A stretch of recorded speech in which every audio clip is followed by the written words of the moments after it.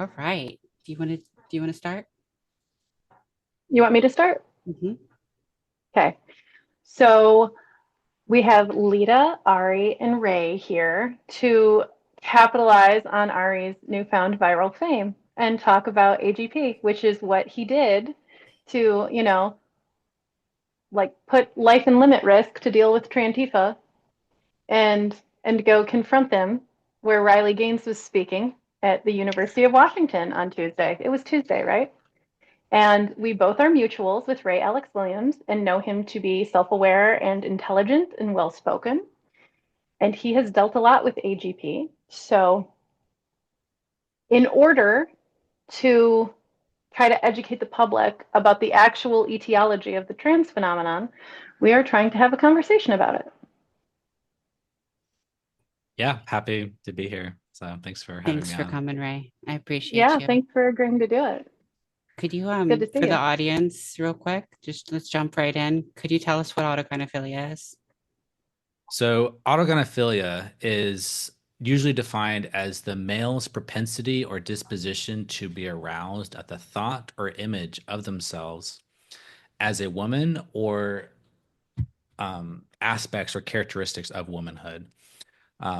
And furthermore, there's a further supposition usually attached with this concept, which is that arousal at the thought or image of oneself as being a woman is a causal antecedent of gender dysphoria in males, the vast majority of males who go on to transition. So it's both a description of a phenomenon of arousal at the thought of oneself as a woman or embodying aspects of womanhood, and it's also a typological theory in regards to different causal pathways of what causes men to go down the transition pathway. So I say that's like the most basic definition.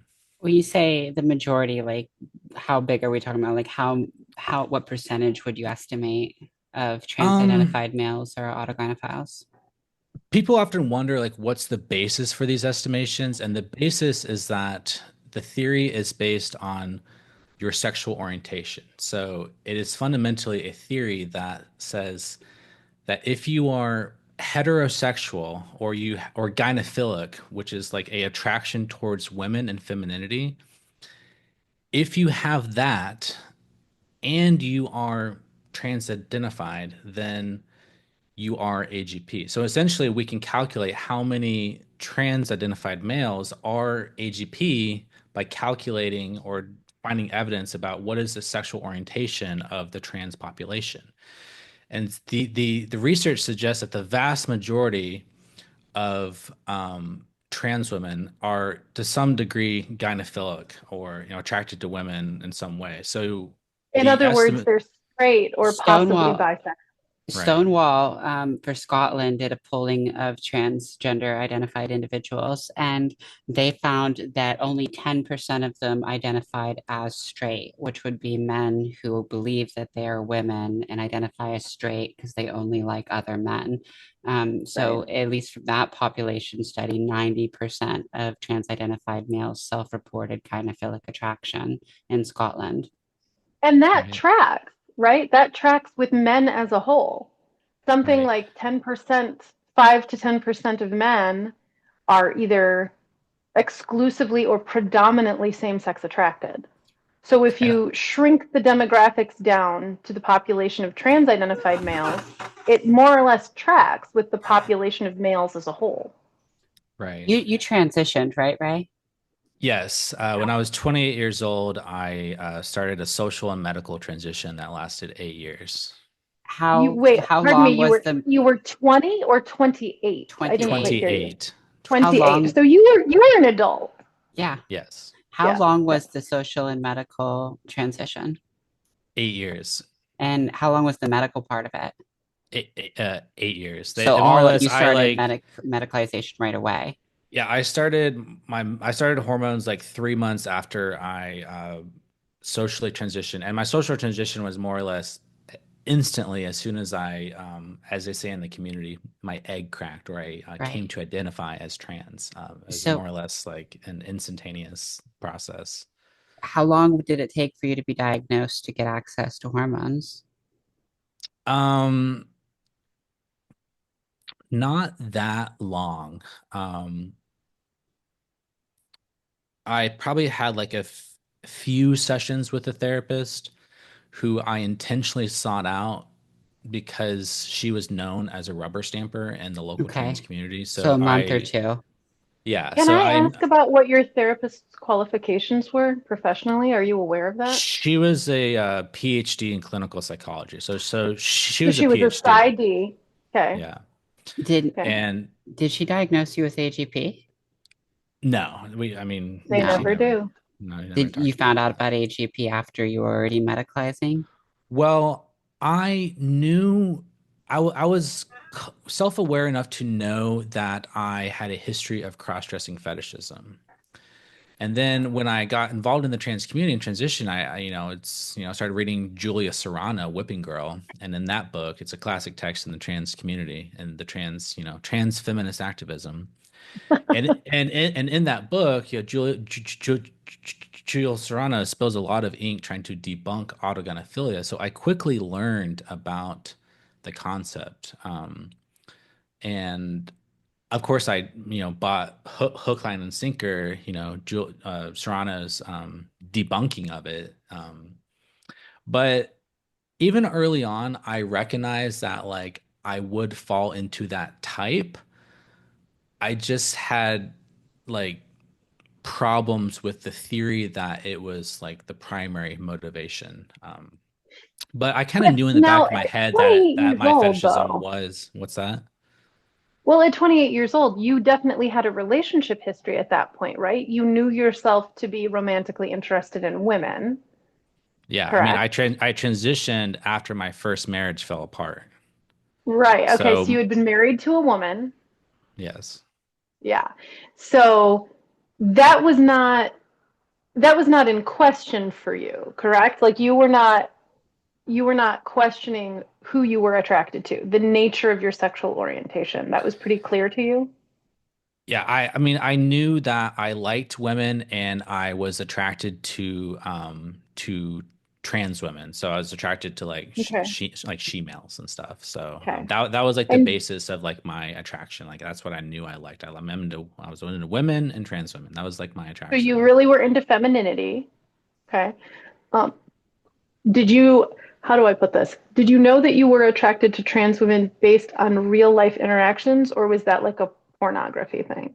Is porn from a young age. Like I don't know how young I was exactly, but it was in my teen years when I first stumbled upon trans porn. And So young. yes, in my teen Yeah. years. And that quickly became the only type of pornography that I consumed. Interesting. So it was all feminized males that were Right. in the porn that you consumed. Okay.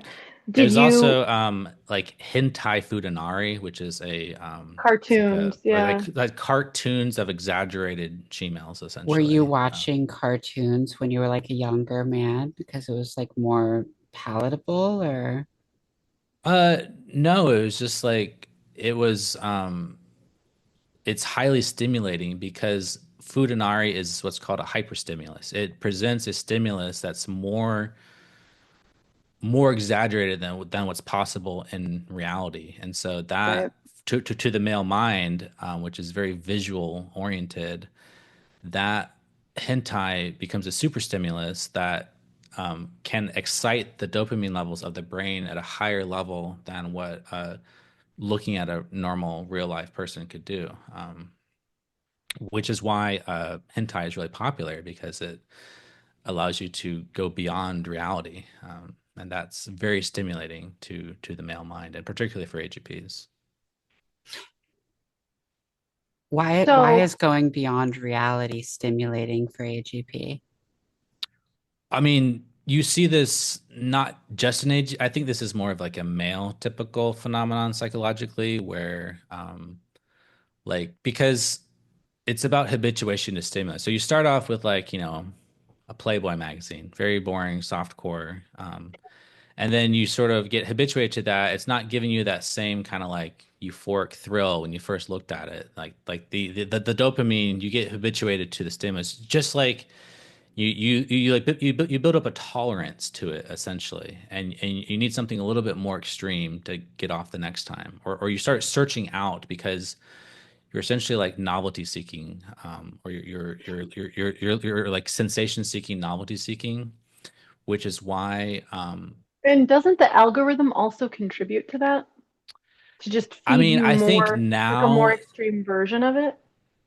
um, I mean, I don't know if there's like a algorithmic porn site. I'm not aware of such things. Usually it's like you search it out, Okay. but you just start searching out for more extreme things. Or but I've also saw an interview with a product manager who worked at Pornhub who said that they intentionally designed that actually is algorithmic, I guess. And they said Pornhub. that they intentionally designed the algorithm to interject trans pornography into heterosexual men's feeds, it because they know that it interjects this novelty to sort of take up the extremism To to hook another them notch even more. to hook them more into like a Yeah. new fetish. It's basically like developing new fetishes because when you develop a new fetish, it's like a whole new world of pornography opens up, and that A became whole new something, market. You right? become a Yeah. consumer to the new market. So now, Ray, if I have the math right, you're somewhere in the second half of your 30s, and you talked about like getting into this particular type of porn as a teen. So I'm sure that the algorithms have gotten more astute since then, right? Was that something that continued into your adulthood? Like watching porn, or Like like the that or the specific like as type? well, it eventually, evolved. It started from like, because I mean, I'm old, like I'm 38. So when I was on the internet, like when I was a young teenager, it was like dial up. Like Right. there's no such thing as like I'm 4K almost 10 years older HD. than you. So believe me, I, Yeah, I went through that same yeah. thing. Yeah. So there's no like 4K HD streaming back then. So it's like, the pornography is very different back then. And so like over time, it it yeah, it just developed. But I wouldn't say that like it's actually interesting. Like when I transitioned at 28, that was back in 2015. The sort of trans porn that I was aware of back then was like very different from what's available now today in 2025 How because so? um the sissy kink stuff has gotten way more extreme. And the sort of the way in which the videos are edited has become way more extreme and way more hyperstimulating. Because it's edited into these like clips of like, like 30 minutes of like little short edited video clips. So it's like it's not just like you're watching a scene it's like it's all edited compilations with like music and, you know suggestive words and imagery and hypnotic music, and it's a full, and this is like all over, the internet. So, like, they're intentionally making media to drive people up the fetish escalator into tuning out. I'd say that's a pretty accurate statement. So let's go through this chronologically, if you guys will lend me this conceit for a second. So 2015 is when you decided you were going to socially transition, and then I'm assuming that that was done because your medicalization happened on the heels of that. It happened pretty rapidly after that. That was Right. always your intent, right? Was I'm going to start taking estrogen. No, actually it wasn't.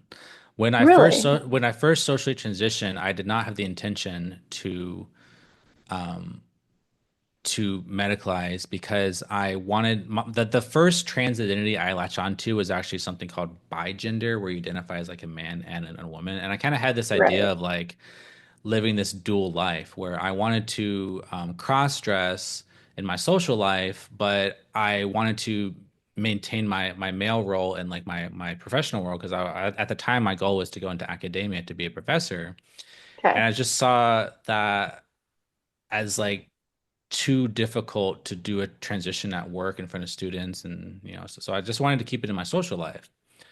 But then as I Why started like wasn't it enough for you to keep it in your private life at home? Why was it important to you to extend that to your social life?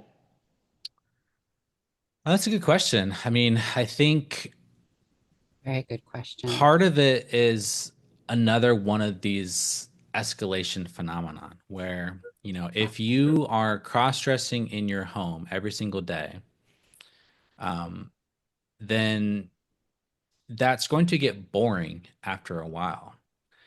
The next exciting thing to do is to, um, you know, take a walk around the neighborhood or something. But also, it's not necessarily just about like an escalation of like excitement and thrills. It's actually this process of the fetishistic drive gets sublimated into a different sort of phenomenon where you get bored and habituated to the stimulus of wearing women's clothing every day. If you wear women's clothing Because it's an addiction. Because you can start off buying scratch off lottery tickets, but that gets boring. So you start going to the racetrack and you need to bet larger sums of money. It's the You same yeah. concept as any behavioral like you addiction, build But right? but but but but tolerance to the stimuli. but You Right. have to get also, further. if you are cross-dressing every single day in the privacy of your home to the point where it becomes normal or boring for you to do that, it's just like your normal thing, that is eventually going to just feel like your normal sort of like non-aroused self. You'll feel Right. comfortable, or like a lot of cross-dressers and trans men talk about, like they feel like comfortable in some sense, or it's you know Or relax. they relax. But so Yeah. when you're in this relaxed normal mode, okay, well now I want to take this feeling of being relaxed and normal and want to feel relaxed and normal at a coffee shop or when I'm doing grocery shopping. Because if you're relaxed at home in your dress, but you need to run up to the store to do an errand, like you eventually get tired of taking off all your makeup, taking off your wig, taking off your dress, going back into guy mode. Because with AGPs, there's this constant discussion of being in boy mode versus girl mode. Right. And so eventually people get tired of this like duality, and the AGP drives them towards developing a coherence in their psychological identity, such that there's an integration of self, such that like they no longer want to have the split of the boy mode and the girl mode. They want to just do this all the time, and The persistent inevitably, cross-dressing is what causes the split. yes, So, okay. I can only assume that you were cross-dressing at home in private for some time before you decided to become bi-gender, correct? right. So how long was that going on? I mean, I was cross-dressing at home secretly and in private, for my entire life. Like since a young boy, I had always had a secret hidden stash of women's, clothing articles in all my relationships. So Like how young? Are we talking about adolescence or are we talking about when you were like a very small child? so when I was pre-puberty, a small child, I remember stealing like my mother's stockings that she had thrown away in the trash can because they had tears in them. So they would get a Oh, run in the stockings and she'd throw them and away. I would she'd steal pitch them them. out. Yeah.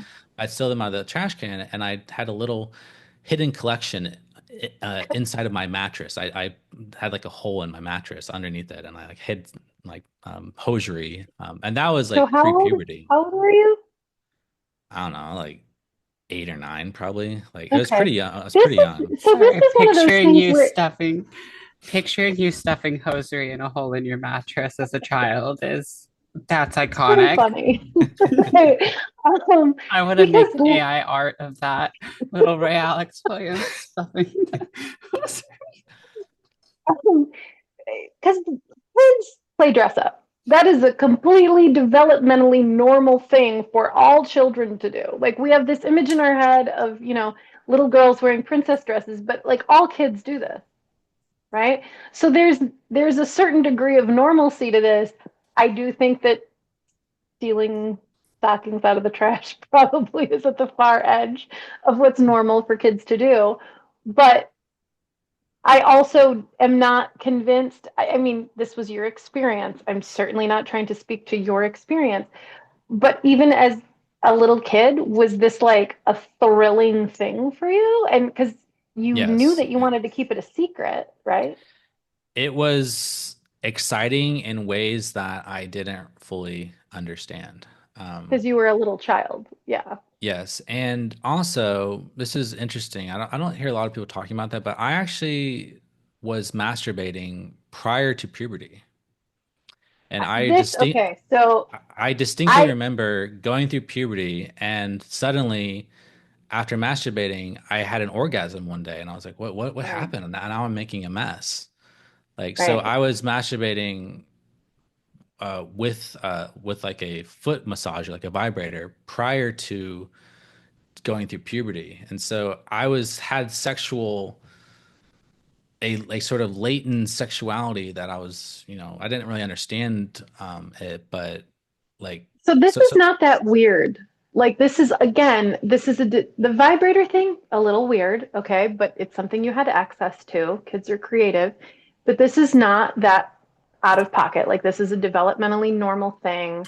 There's I learned this during my undergrad, so this is like 20 years ago, 20 plus years ago already. They have ultrasound scans of male fetuses masturbating from the time they're like 5 months gestation, like 20-week-old fetuses.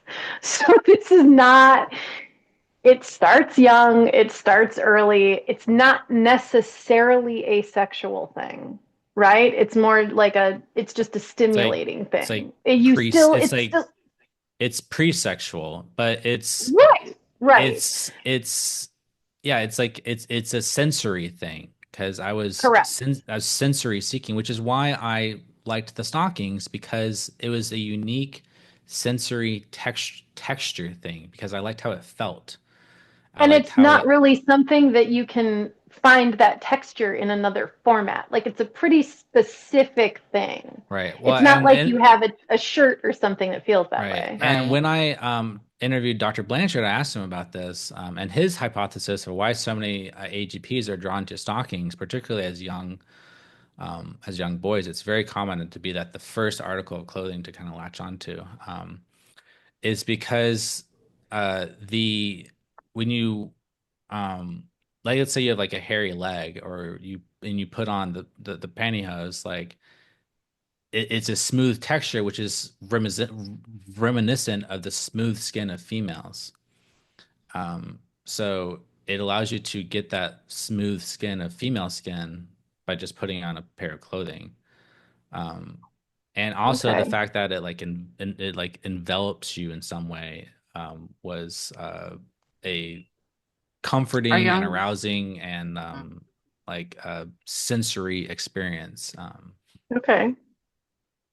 So that speaks to some autistic traits, That's what I was right? gonna say, yeah. That sensory seeking, like the feeling of maybe being hugged. Yeah, I hated scratchy fabrics as a child too. Like my mom always had to cut off all the tags of all the shirts, and Yep. but that's funny because I don't think I'm autistic actually.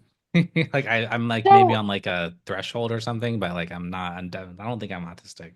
can I go on a little tangent about this real quick?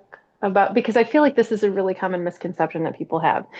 So when you're diagnosing stuff that is, we're going to say, outside the realm of strictly physical health, but it's still under the medical umbrella. There is a diagnostic threshold that has to be met, partially in order to attach the diagnosis, and the diagnosis attachment exists, at least in part, to get services paid for.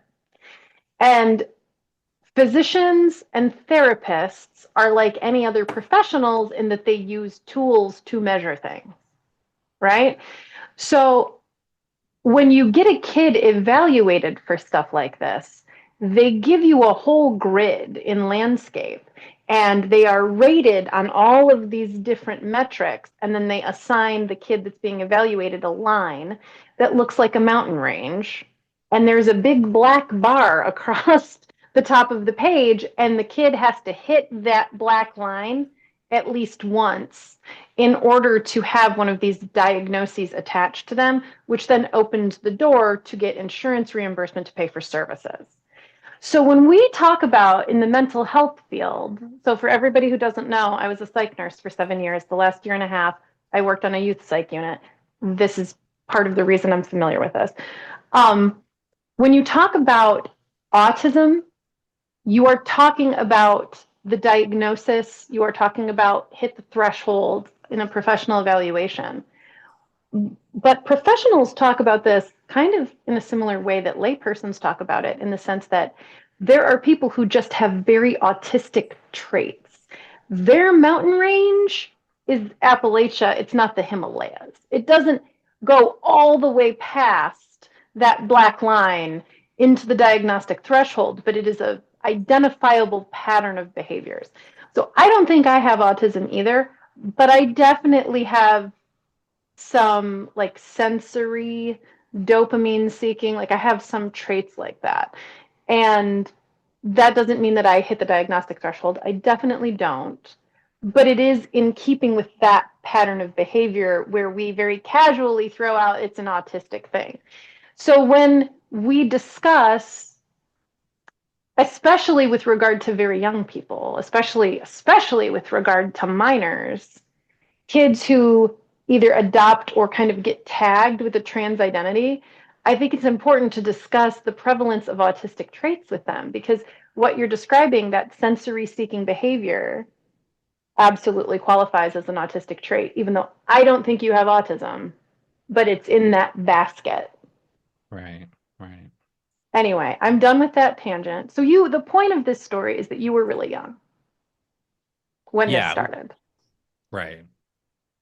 So then you grew up and got married, and it was a persistent thing. Your first wife, was she aware of this at some point prior to your marriage? She knew I was a cross-dresser. Like it wasn't something I hid from her, and she knew about my secret stash, and we had kind of um, tried to bring it into the bedroom a little bit, but she never really into it. Like the most we ever did was like I would wear pantyhose sometimes, and the way she conceptualized it was like, well, sometimes male ballerinas will wear tights. So it's like that was how she kind of conceptualized it, but it never really went That was further her than that. justification.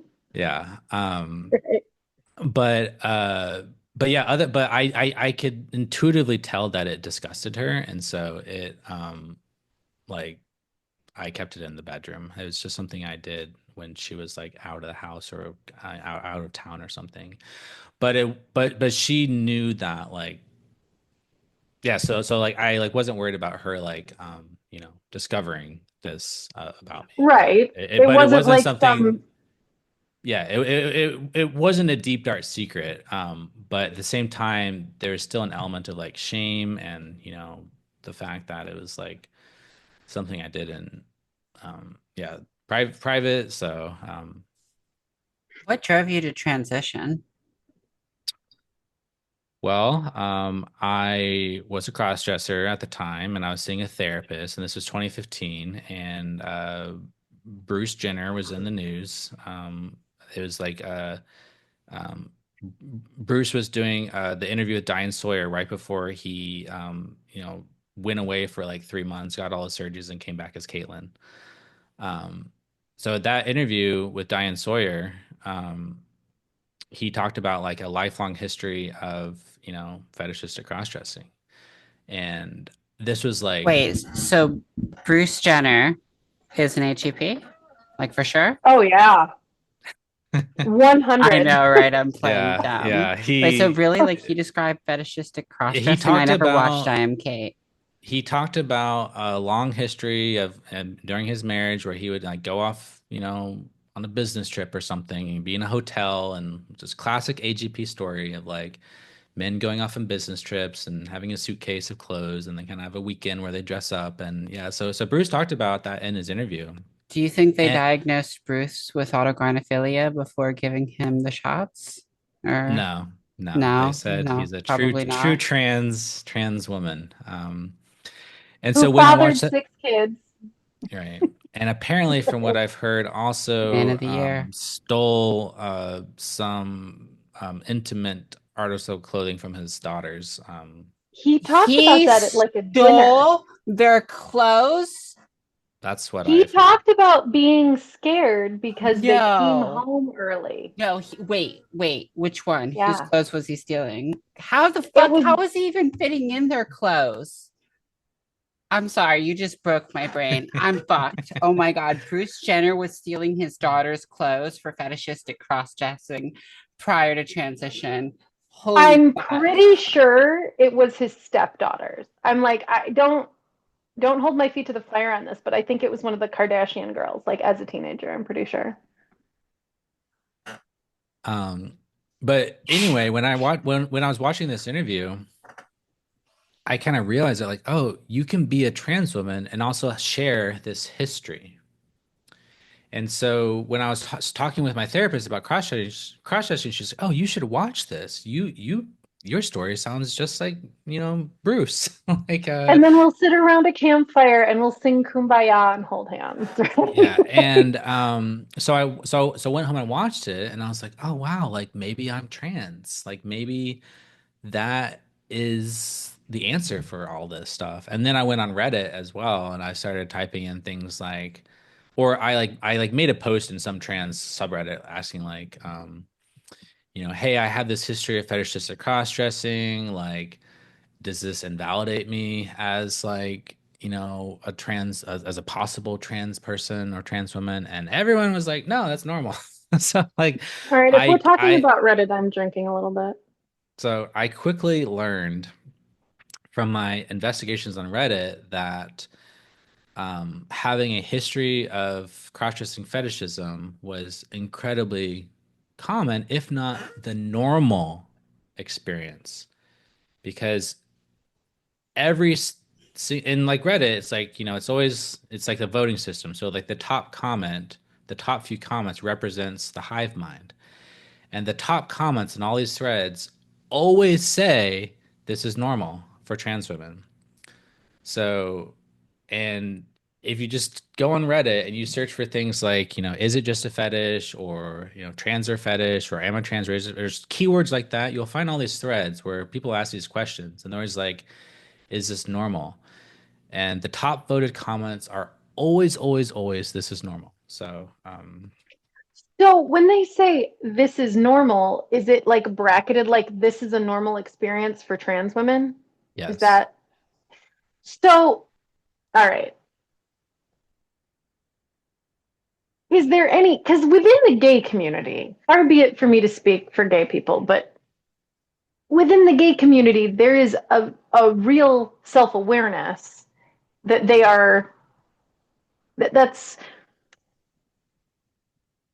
I have had friends from the time we were pre adolescent who went through puberty and went through the whole coming out process. They're the same age as me, kind of watched it happen, right?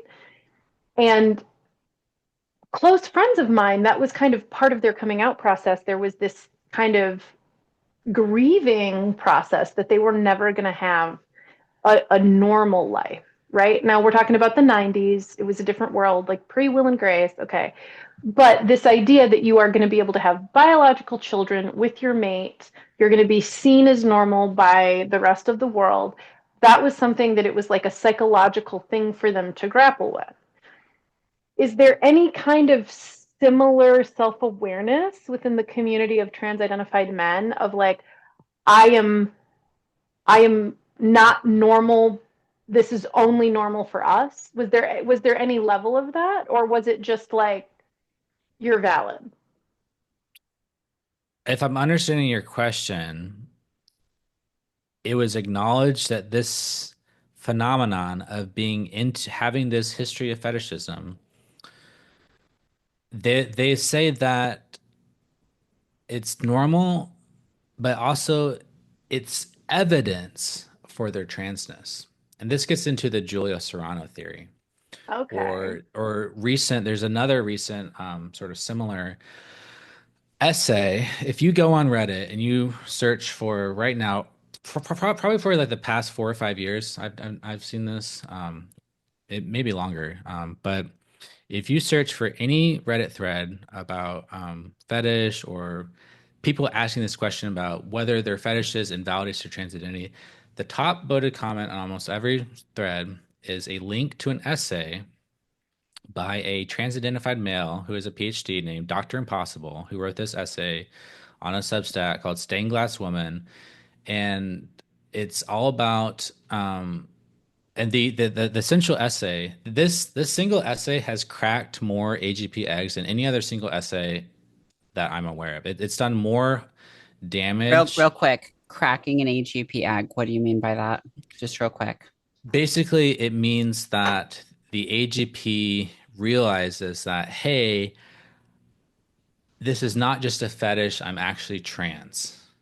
That Okay, my so it's fetish, that the explanation for my fetish is actually that I'm a woman and I'm trapped in this body. And this kink stuff was just a coping mechanism for that because I had no other way to deal with this.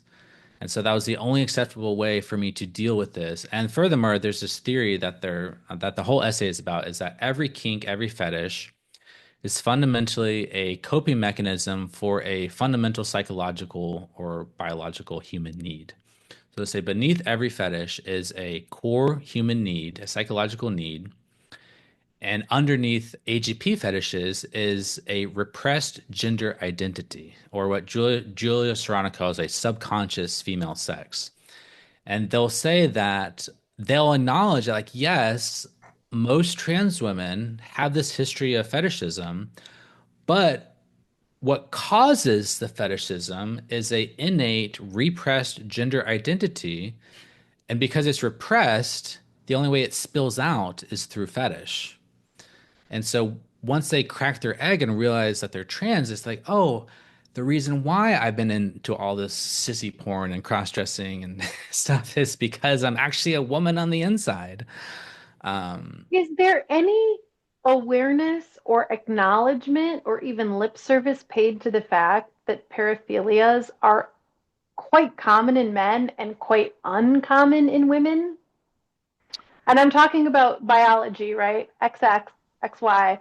So AFAB, XX people don't have a really high incidence of paraphilia or fetish, and XY people definitely do. Like, this is a guy thing in a lot of ways. So it's funny to me that they're like, this thing that's really distinctly male, proof that I'm a woman. Well, Did that ever happen? they have mental gymnastics around this to explain this away. One of them is this famous study by Charles Moser, who is a pro-trans BDSM activist researcher, who's pro-kink activist researcher, and he developed this study of like 29 nurses in a hospital system. He gave them a questionnaire of his own invention that was similar to the classic scale that was originally used by Dr. Ray Blanchard, which we didn't even talk about, who came up with this theory. But yeah, Dr. Ray Blanchard came up with the theory, and he developed a scale to measure how autogynephilic a man is.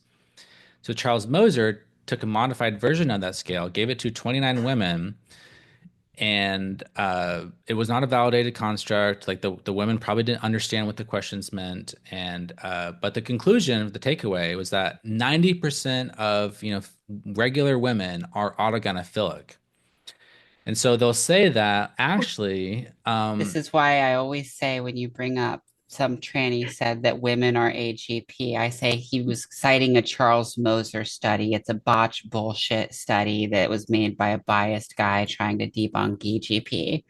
right, Sorry, keep going. Also, and I would like to point out that 29 nurses is both a wildly tiny and extremely specific pool of women. Okay, yeah, you're pulling 29 nurses. That means you're pulling like 29 cam girls de facto, okay? That just needs to be said. Like every single Right. one of them was a cam girl.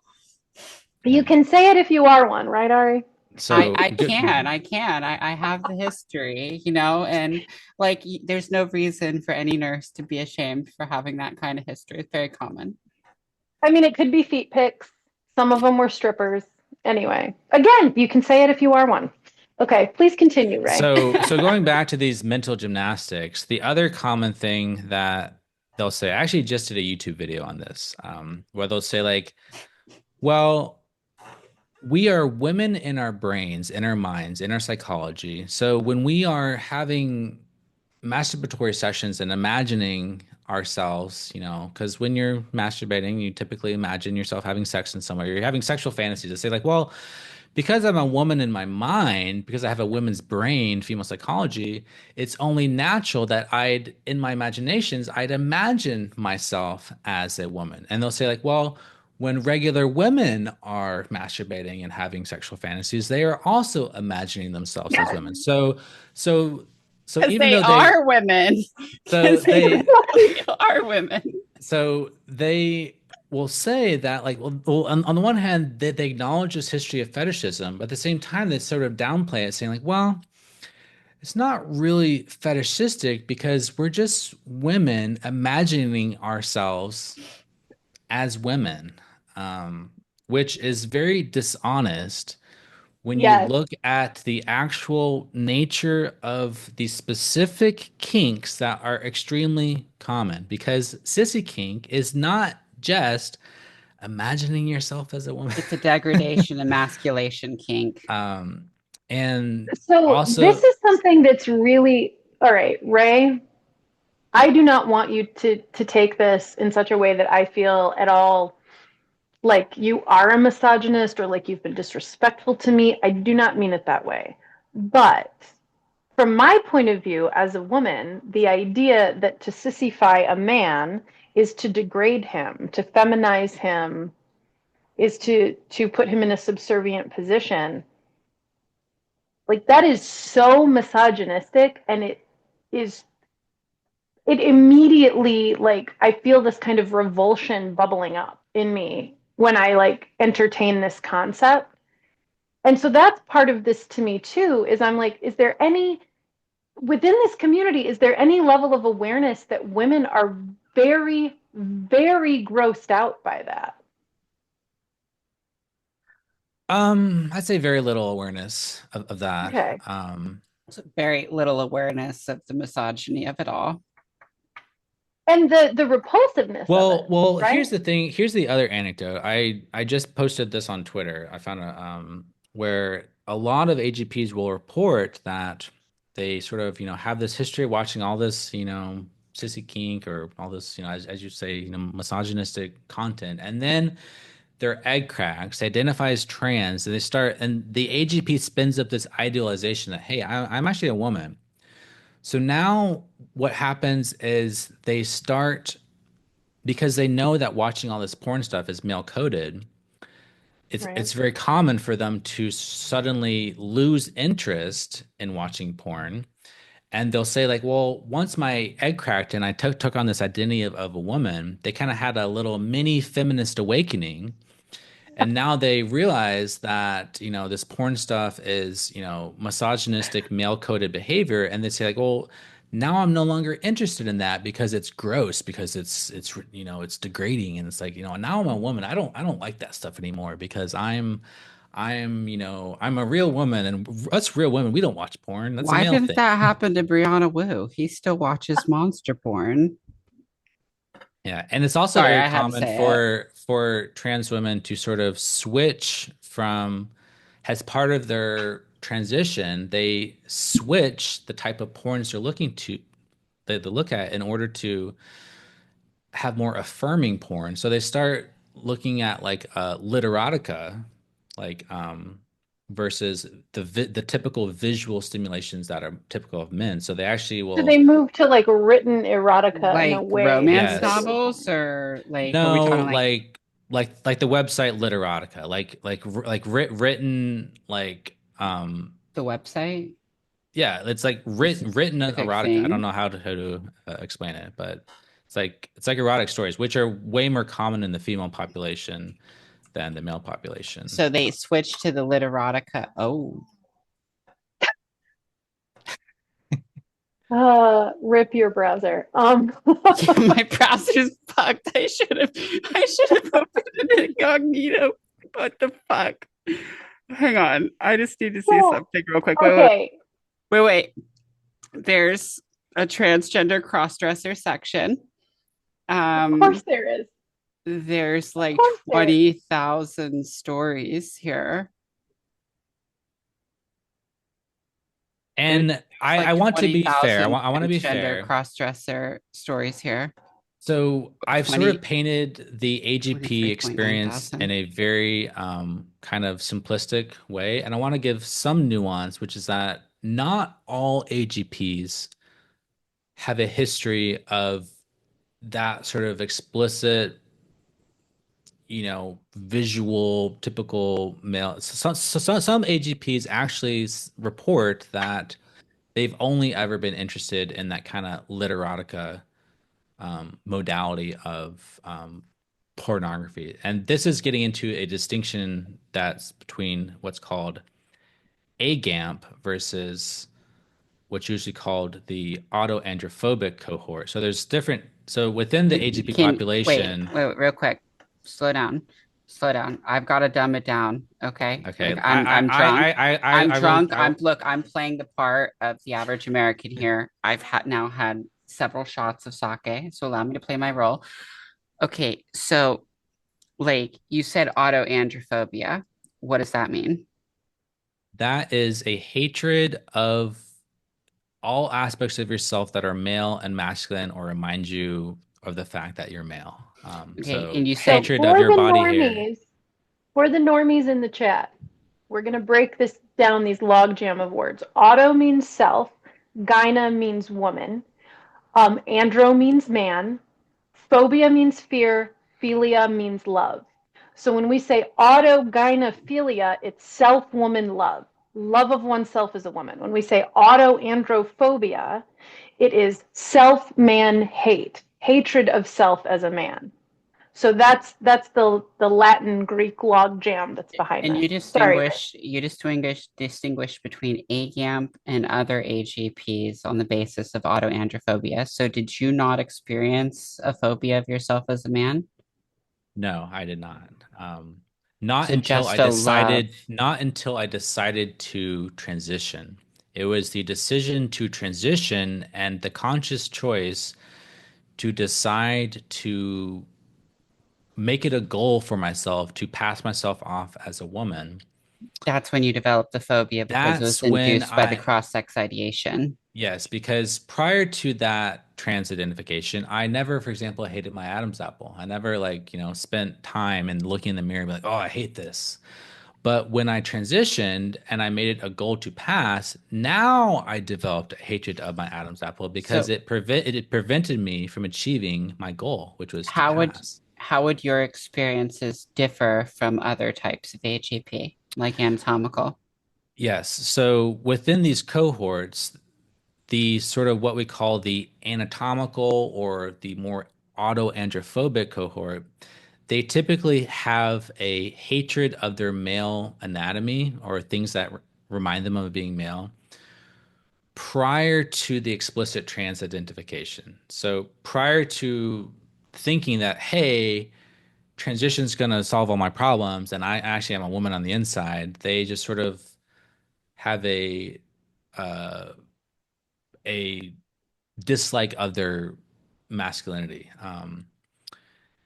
And whereas the other cohort, it's more common to report that they're they often the autoandrophobic cohort, they often are the ones who really dislike their penis, for example.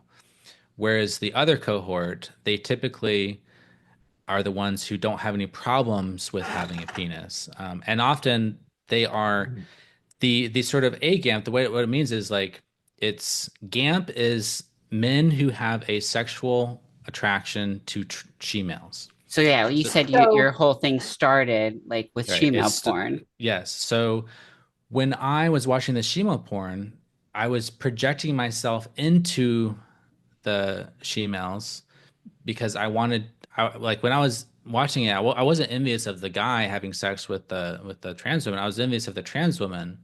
That's what I wanted. So So you So wanted the when to you be say the you were trans envious woman. of, Wait, real quick. So you wanted to be a trans woman, not a shemale, or not a female. yes, exactly. You wanted to be a shemale, not a I female. yes, which is very common. I'd say Is that that is the more more, common? I'd say it's more common. I'd say in my estimation, it's probably like 80-20, 70-30, something like that. So the vast majority of autogynephiles, and this is reflected in the data because only 4% of people who identify as trans or male go through with the CHOP, the bottom surgery. right. And I think a lot of those are like So when we say homosexuals the and people who have chop, again, environmentally. hang When we on, say the for CHOP, the we're normies talking that, about sex reassignment surgery, which is the operation that flays your penis and flips it and inverts it inside your own body. That of everybody in the room, I'm the only one who's had. Um, so there's only 4% of trans identified males who get the CHOP.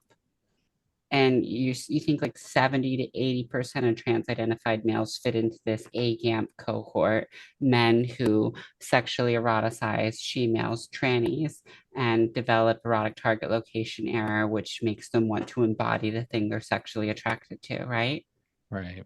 And a smaller Which is portion why, is these anatomical AGPs that have the autoandrophobia without the trans identification and end up somewhat mentally conflicted before they actually ideate as trans.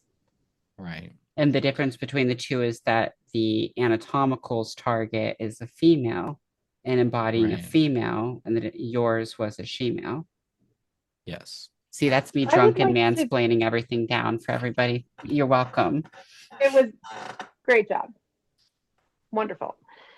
I would like to point out that from a psychological perspective, what you are describing is obsessive rumination that a lot of people with any kind of body dysmorphia have. And we're familiar with this, like we have language to describe this with regard to eating disorders, right? Like we all, I think most people understand what a pro-Ana thing is, which is like you have this super skinny woman who clearly hasn't eaten a decent meal in months, and this is thin inspiration, and when she looks in the mirror, she sees someone who's fat. So Hey, that type, I'm still here. I I, bathroom break. I can still hear you though. okay, take a bathroom break. So my point is that it's a chicken and egg thing, right? Sometimes the eating disorder leads to obsessive rumination. Sometimes the obsessive rumination leads to an eating disorder.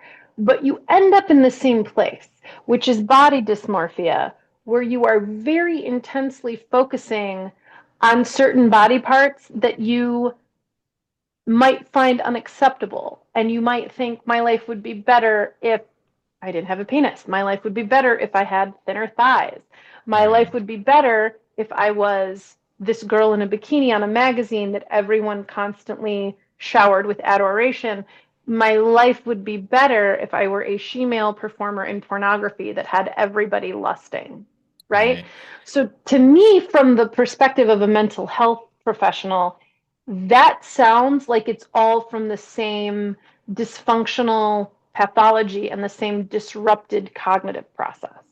I like how you emphasize the way you define the dysmorphia because I've often heard a lot of trans activists say that gender dysphoria is different from body dysmorphia because they'll say that, well, body dysmorphia, you are necessarily misperceiving. So you are in reality thin, but you misperceive yourself as being obese.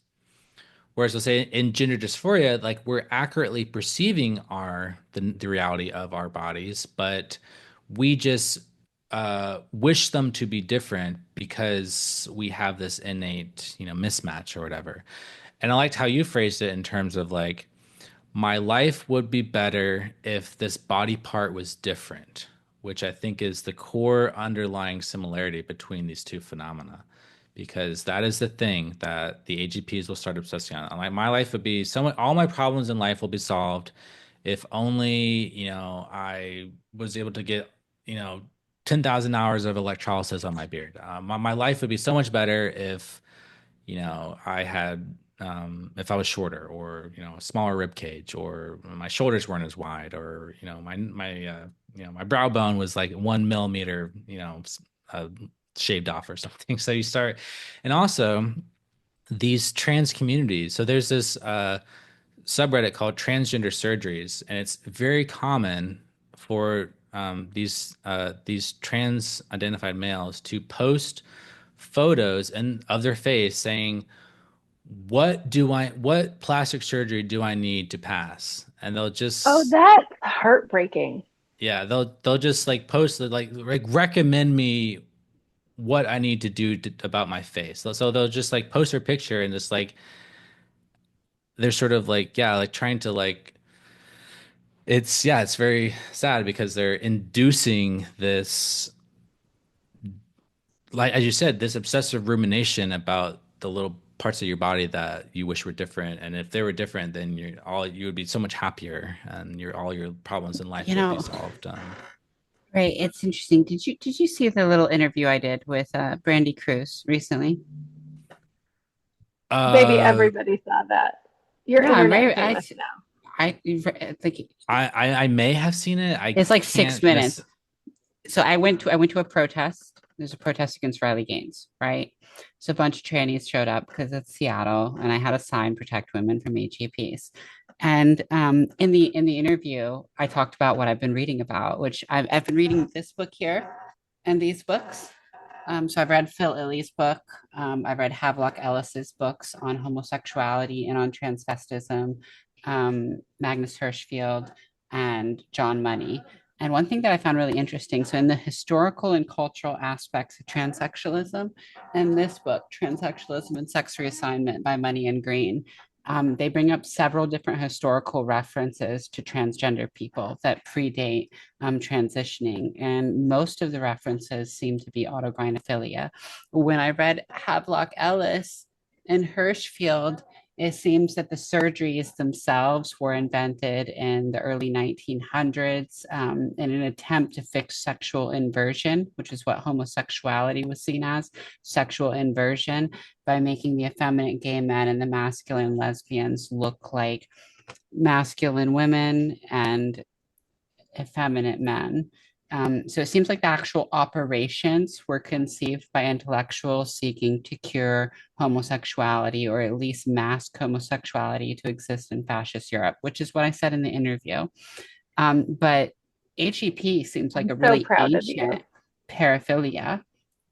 In many of these books, there are accounts of autogynephilia going back to the 1800s among the Native Americans. The Elksa were reported to develop these feelings with adolescence and puberty in the form of cross-sex dreams, which later manifested in a desire to live as the opposite sex. And it seems like my theory is that like these surgeries were invented in fascist Europe to give homosexuals a way of existing. But this paraphilia seems to be really ancient. Like it goes back thousands of years. There's historical accounts of AGP. And so the way I see it, this surgery was invented because of these circumstances. The guys who invented it believed in eugenics, so it's not a far leap for them. But then shortly thereafter, you have Christian Jorgensen coming back from World War II. He had SRS, it hit national news. I would like to point out something else really important that happened before World War II with the very early trans surgeries and after World War II with Christine Jorgensen was widespread antibiotics. That's a huge deal. Plus improved surgical techniques Well, and based on how many people were harmed in battle during a massive war. Please that's continue. I'm that's why we sorry. went from the surgery being lethal to not lethal. The first person who had the surgery actually died. The first few people, I believe, who had the surgery died. From But galloping sepsis, they died of infection. So from infection, yeah. yes, Once yes. antibiotics came out, it was possible to do this surgery successfully, and then we began doing it in Europe successfully. Yeah. It seems Also, like when it became popular, that surgeon was flooded with letters, predominantly from males who wanted to transition. And what he documented was that the majority of those males were like you, with some sort of cross-sex ideation. Um, and then very few of those males were oppressed homosexuals or oppressed lesbians who were basically making a logical decision to flee being what they were in order to exist in the times, right? Um, so like in my interview, I said fast forward 100 years, forward, and we have autogynephiles being the predominant group that wants this intervention, and nobody knows that AGP exists. Do you think that it's possible that they invented these surgeries for the reasons that Havelock Ellis and Magnus Hirschfeld stated, but then that there was always this population of males that had AGP, and that they saw this as a surgical means of achieving a fantasy that was always unobtainable and latched onto that? And, we fast forward today and we have an ideology that basically pretends like your condition does not exist, and pretends like the gender soul and the cross-sex identity is the end all be all of what's causing this. Do you think that's valid? Like this was done over time because this demographic of male transitioners who want to transition because of fetishistic cross-dressing is so astronomically large? Yeah, no, that seems plausible to me. And also, I want to point out that it's interesting that the very first, one of these very first transsexual surgeries on a trans-identified male on Lily Elba, they tried to transplant the uterus. Why? Because it was assumed at that time, everyone knew that women were defined by their reproductive ability. So if you wanted to transform into a woman, which was his wish, he knew that he had to be able to have a uterus because that is definitive of what womanhood is. And it wasn't until later developments in feminist theory, the more like Judith Butler type of developments that sort of We don't claim disin her. Sorry. yeah, they You they don't claim disin her now. they disentangled. Well, even starting back in like, the second wave feminism, you're sort of seeing this like this sort of negation of femaleness as a oppressive, so Simone de Beauvoir saw pregnancy as like an inherently biologically oppressive reality. Yeah. So there starts to be this push away to sort of disentangle womanhood identity from femaleness to sort of, I don't know, but To long story short, disentangle womanhood identity from being a literal woman, yes, and to because tie it more towards the sociological oppressions that women experience because they're women.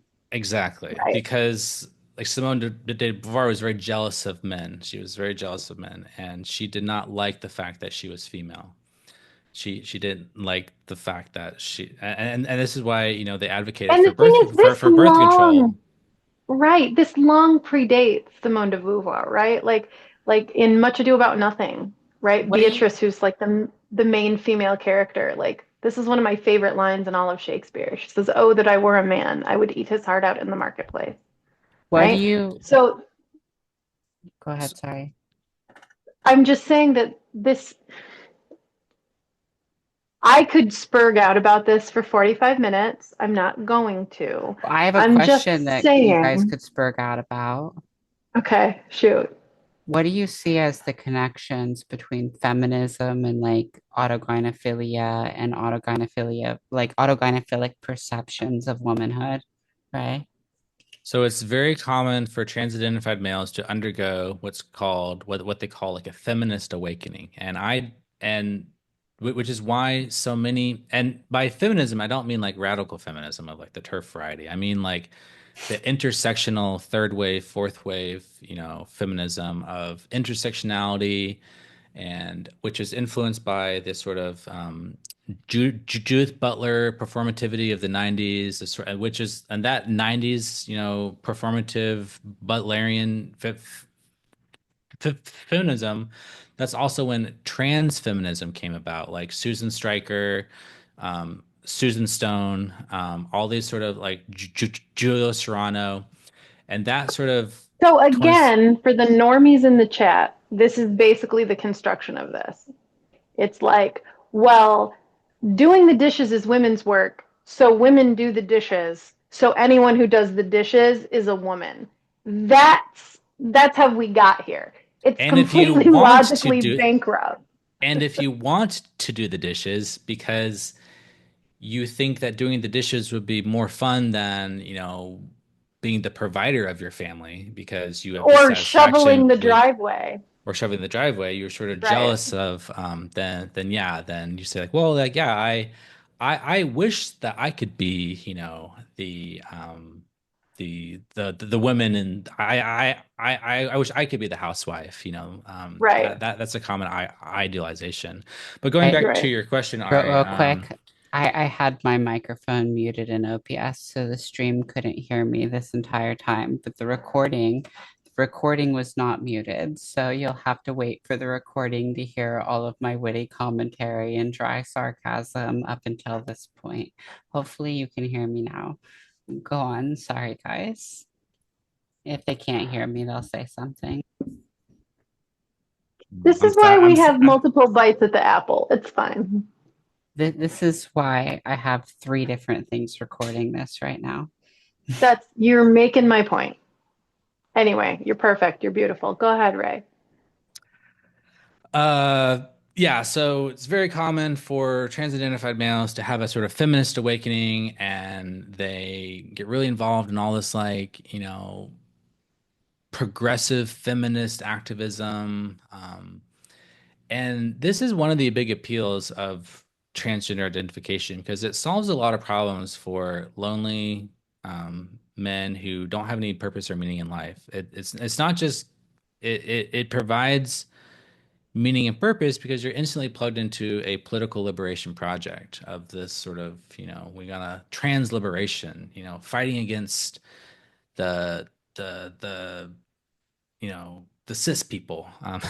So the cis people are oppressing us. So You stop sort of being a straight white male and you get to be a white trans lesbian. You right. get to completely invert the pyramid, right? You get to go from the bottom of the hierarchy to the top. You get to go from I'm in the spectator, like I'm in the nosebleed seats of the oppression Olympics, to now I have won the gold. But in Right. this matter, the problem is the oppression Olympics, which we should not be doing oppression Olympics at all in the United States of America. Sorry, just had to say it. Cheers. I Okay, also sorry. would like to point something out about the medical piece of this as the token medical person. I'm not going to whine about this. I'm just That's going why to I say keep you this. around. I just want to frame this. Healthcare is hard, right? There's a lot of burnout. You deal with people at their worst. We just went through a pandemic not that long ago where working conditions went from being not great to being truly deplorable. And when you are a provider, and I am not a provider, okay? I'm not, but I'm talking about nurse practitioners and physician assistants and MDs and DOs, people who write prescriptions and you get an appointment with them. If you are a provider and you have someone who comes to you and says, I need you to save my life, and they come back all the time, they have lots of appointments, and every time they come back, they say, things have gotten better, and you saved my life, and thank you for listening, and nobody else believed me, and you believed me. What you have there, like, because physicians are human, okay? So what you have there is this very fulfilling relationship for someone who sees angry faces and crying people and people who are desperately ill. And then they have their trans patients who come in and tell them how great they are all the time. So you have this very perverse incentive to, if not humor them, outright enable them. You are the drug dealer and they are the addict, and they keep coming back and telling you how great you are. And it's this very, very attractive proposition for people who deal with human distress day in and day out. So I just wanted to throw that out there. Right. Do you And see elements of addiction to like your path and journey in trans? Like, do you see elements of addiction to the way you interacted with autogynephilia? yes, totally. So something I didn't mention, but it's totally part of the story, is that my AGP was intimately connected to my cannabis addiction. And because cannabis enhances sensory experiences, it takes a sensory input and it amplifies it. Mhm. And so the common thing is like it makes everything better. It makes sex feel better. It makes food taste better. It makes music sound better. Everything's So for better. all of the non-stoners in the chat, a lot of people get stoned and get horny. Please continue, Ray. Yeah, so it's common knowledge that weed is an aphrodisiac. Wait, really? No, I'm just kidding. I'm well aware. So part of these fetishistic sessions were connected to the cannabis. So that was one of my triggers. It's always been one of my triggers. And so and I do think I have I don't know if this is like a valid construct in psychology, but a kind of addictive personality, which I think it's due to my fact that I have subclinical ADHD or of You're like chasing ADHD. dopamine. Yeah, so it's novelty Yeah. seeking, dopamine seeking, This sensation this seeking, this and actually that circles back to something I wanted to ask you. Sorry to interrupt. Novelty seeking, dopamine seeking. There seems to be a large amount of trans-identified males that have autism spectrum disorders, ADHD, OCD. Is there some element to these disorders that would feed like a vulnerability or a susceptibility to autogynephilia? I think it's a plausible hypothesis. I don't think there's been enough research to really have any confidence in what the mechanism is of how that all works. I've There But always been hasn't been curious any because research. ASD, OCD, ADHD, they all impact your yeah, dopamine. but And one also thing that keep in seems mind, common with autogynephilia is that it releases dopamine in the male mind. So like if you have some sort of condition that impacts your dopamine, how much you get, like how often you get, how rewarding it feels, a condition that stimulates and increases dopamine or causes it to release would be very tempting. right? So You this is know, connected to what in the community is called gender euphoria. And so chasing euphoria is very, very similar to a drug addict chasing the high and needing a more and more stimulus in order to achieve the feelings of euphoria. Um, and Are you so, guys familiar with the concept of addiction transfer? Have you guys heard of this? Either of you? no, I no. haven't heard of that. Okay. So before Ozempic, we had my 600-pound life, right? And we had, oh, shoot, we had weight loss surgery. Okay. Can you guys hear me or is my Bluetooth being stupid? We can hear you. There's You're some background noise. Okay. It sounds a All little right, bit like cool. an echo, a little bit. Okay. Sorry. You know what? Give me 1 second because No, I'm you're fine now. You're fine now. okay, cool. All right. So before Ozempic, there was Roux-en-Y, there was weight loss surgery, right? And part of getting the weight loss surgery was you had to go through a psychological evaluation and you had to adhere to a diet and lose some weight for a certain amount of time before they'd give you the surgery. Part of that was to prove that you were capable of beating an addiction because a very significant number of people post weight loss surgery where their stomach is this big and it can only hold a certain amount of food, a very significant number of bariatric weight loss surgery patients would go on to develop a substance abuse problem, or a smaller group would go on to develop something like gambling or a shopping addiction. A very significant number of female weight loss patients would go on to develop like a sex addiction. And this was a concept known as addiction transfer. In other words, your body physically could not hold your substance of choice, which was food. And so you just pushed that behavior over into another thing. And that is the first thing I thought of when you're like, oh, yeah, they had this feminist awakening. They're not into porn anymore. And now they have gender euphoria. That to me that's a hand in a glove. Like what you're describing to me, I like porn isn't my thing anymore. Now my thing is gender euphoria, where putting on a dress has that same state of hyperarousal and I got the dopamine hit this different way. To me, that sounds just like addiction transfer.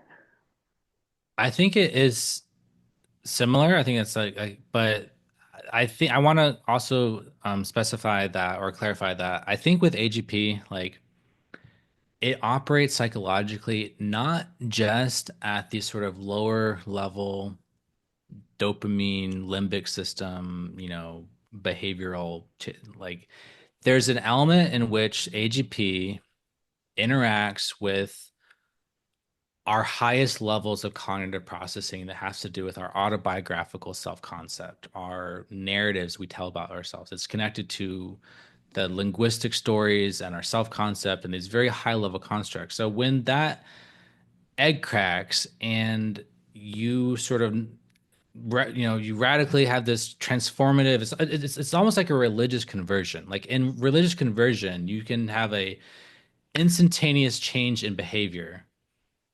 You can go from being a lifelong alcoholic to sober for the rest of your life in an instant with a religious conversion. That egg cracking is very similar, and it's tapping into these personality levels of the brain that are higher level than just sensation seeking.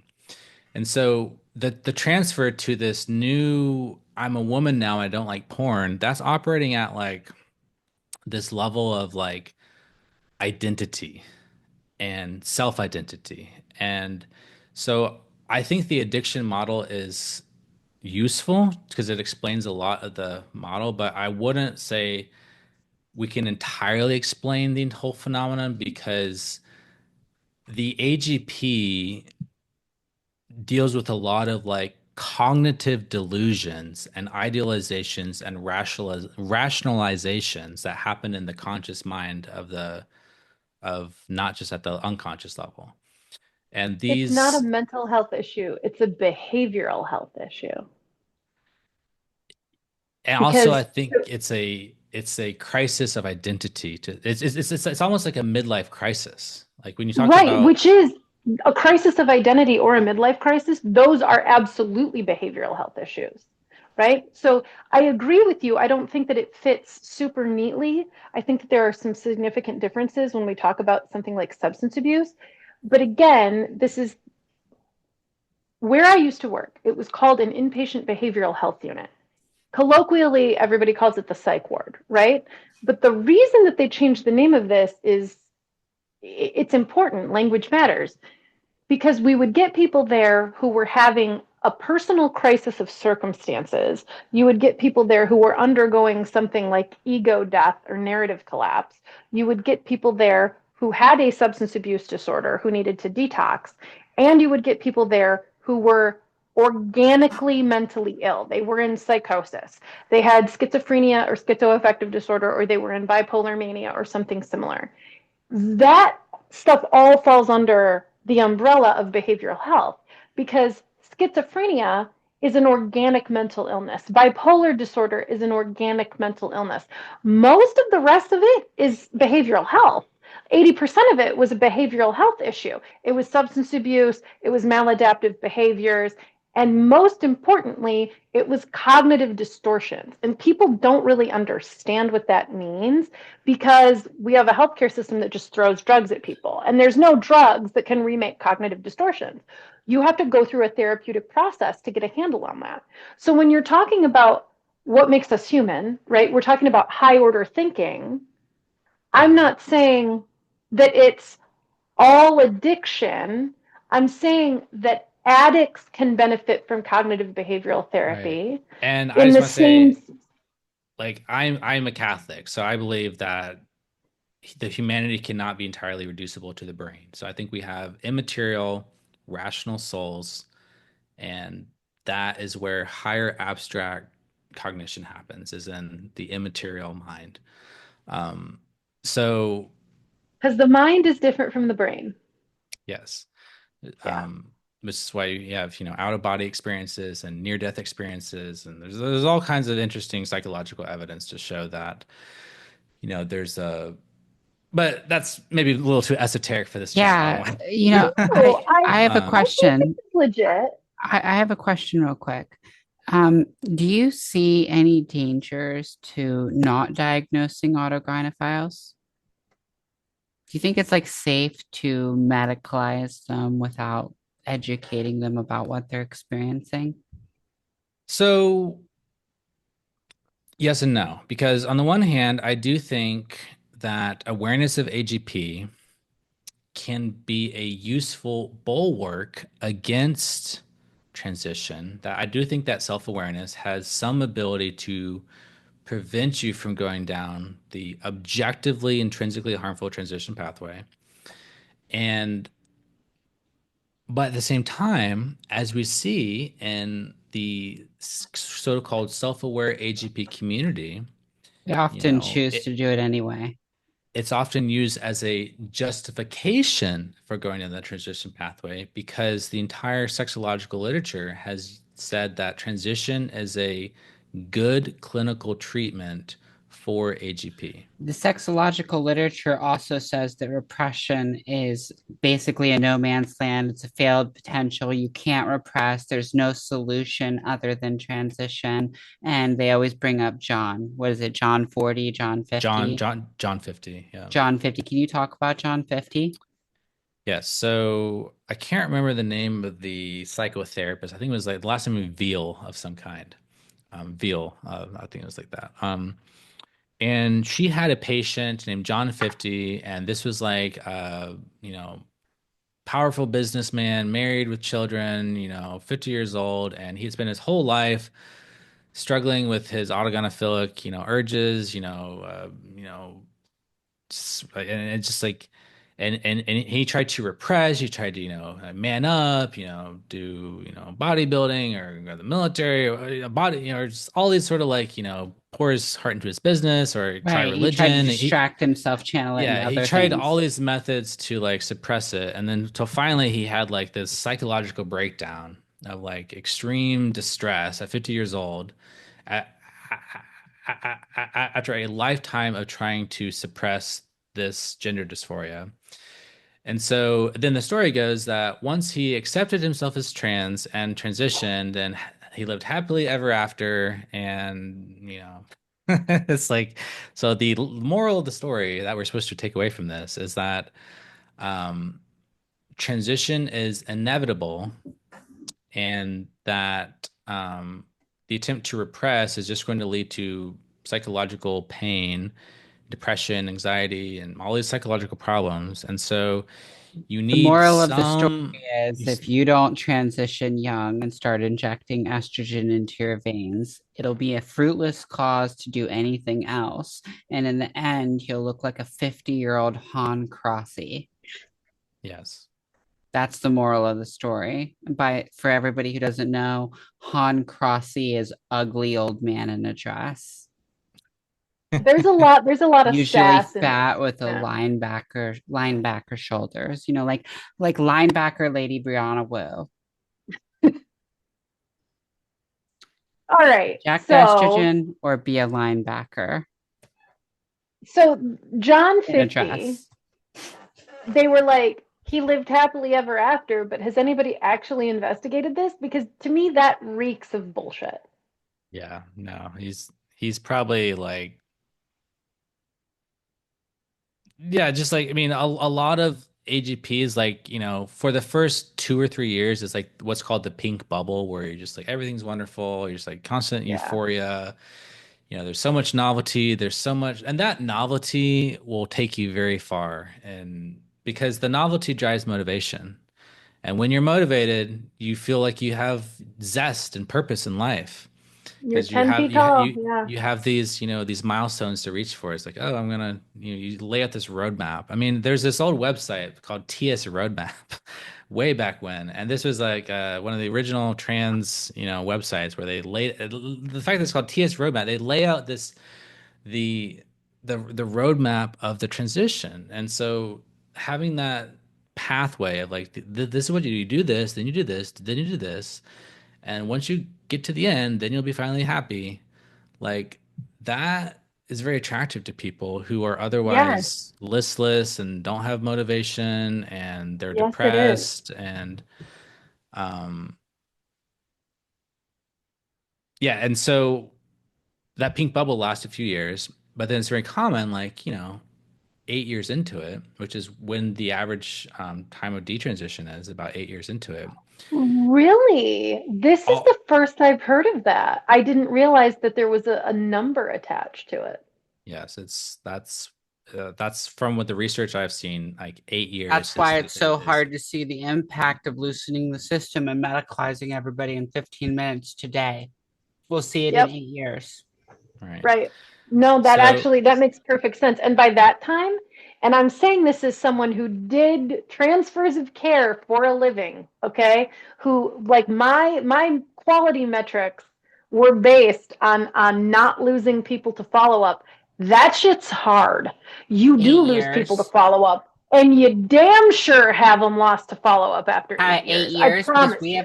have a patchwork system in this country. You Yes, move we do. states, your medical records reboot. They don't even transfer Hmm. between states. In 8 years, some people move from state to state to state. In 8 years, I was in 4 different states. That's four Yes. different states that lost track of what happened to me. well, Your even going physicians between two different retire. You have hospitals, yes, you have different health insurance. I mean, if like there's The consequences if of transitioning are so delayed that we yeah, can't Mhm. keep track of them. and That's why if Yep. detransition rates seem so low. and if two different healthcare systems have two different EMRs, They that's don't that communicate with each That's other. it. They You don't guys, communicate. we literally We cannot go down can't this rabbit hole. I used to educate people about this shit we for a living. literally We cannot can talk about track it the for hours. consequences. We cannot track the consequences of transitioning as we know it today. yeah. It's not We I something we can cannot do it. track in our There isn't I current a way medical to do it. system. yeah, my job is to build EMRs, so I'm very familiar with this problem. Both of us just It's a popped off at that huge. bit. Like we're just Yeah, all of us all of us are immediately like became autists. Yeah. Yes. No, like seriously, Ray, now that I know this, holy shit. I want to have a like 2 hour nerd conversation with you just about we ethics should and integrating 100% it do with that. We should I 100% do this again just and about go that. into that topic. And that's We something we gotta should do and just in depth dive into this. this whole Right. secret So, thing that rules the right, world. Yeah. right. Oh, okay. I'm done. I'm Why done ranting. why don't we know about HEP? Like why does the average American when they think of trans not know about HEP? Why do the doctors not know that this is the majority cause for people to experience dysphoria in I your want view? to throw this out first. AGP isn't a diagnosis. AGP is a paraphilia. There's no ICD-10 code. There's no, There's a DSM-5 fetishistic transvestism. They just never use it and they they don't never use include it because HEP as a causal factor in gender you dysphoria. can't get reimbursed for this. Yeah, because there's money behind diagnosing someone with gender dysphoria. There's no money behind Correct. diagnosing someone as autogynephilic. There isn't, but that's what I'm saying. Like there's transvestic fetishism, which is in the DSM as a disorder that doesn't translate into an ICD-10 code, which is a reimbursable diagnosis. Right. We are saying the exact same thing in slightly different ways. In So you autogynephilia can't, is only in fetishistic transvestism. It's not in gender dysphoria, even though it's the correct, primary cause of male gender dysphoria. Like gender correct. dysphoria is a blanket symptom that has multiple It's different like, causes. The primary cause for someone to experience this type of discomfort with their body is autogynephilia, but it's not even like a factor in the diagnostic process. It's not even something they look at. look at Well, it this way, okay? We don't have health care, we have sick care. So when someone goes to the doctor and says they can't breathe, and the doc is like, oh, well, you've been smoking for 50 years and you have COPD, that person doesn't get diagnosed with smoking for 50 years. The etiology is ignored. They get diagnosed with COPD. We're doing the same shit here. The difference is over the last 50 years, we've launched multiple campaigns about why it's important not to smoke, and we sued the living shit out of the tobacco companies in the 90s. And we're not doing that now. We're completely ignoring smoking, and we're focusing only on COPD and lung cancer. We have to start addressing the root cause of this, which, like smoking, is a behavior. Autogynephilia. Anyway, Autogynephilia yes, is the root cause of gender dysphoria in men. correct. And we're So, not Sorry, even Ray. diagnosing it. Right, go um, ahead. the reason why the public doesn't know about it, why this isn't common knowledge, is because it was the original research into this concept was done by Dr. Ray Blanchard, and it was published in specialized academic sexological journals that nobody really read back in like the late 80s and early 90s. Then in 2003, Michael Bailey, another sex researcher, like he published a popular book called The Man Who Would Be Queen that was sort of popularizing Dr. Blanchard's research.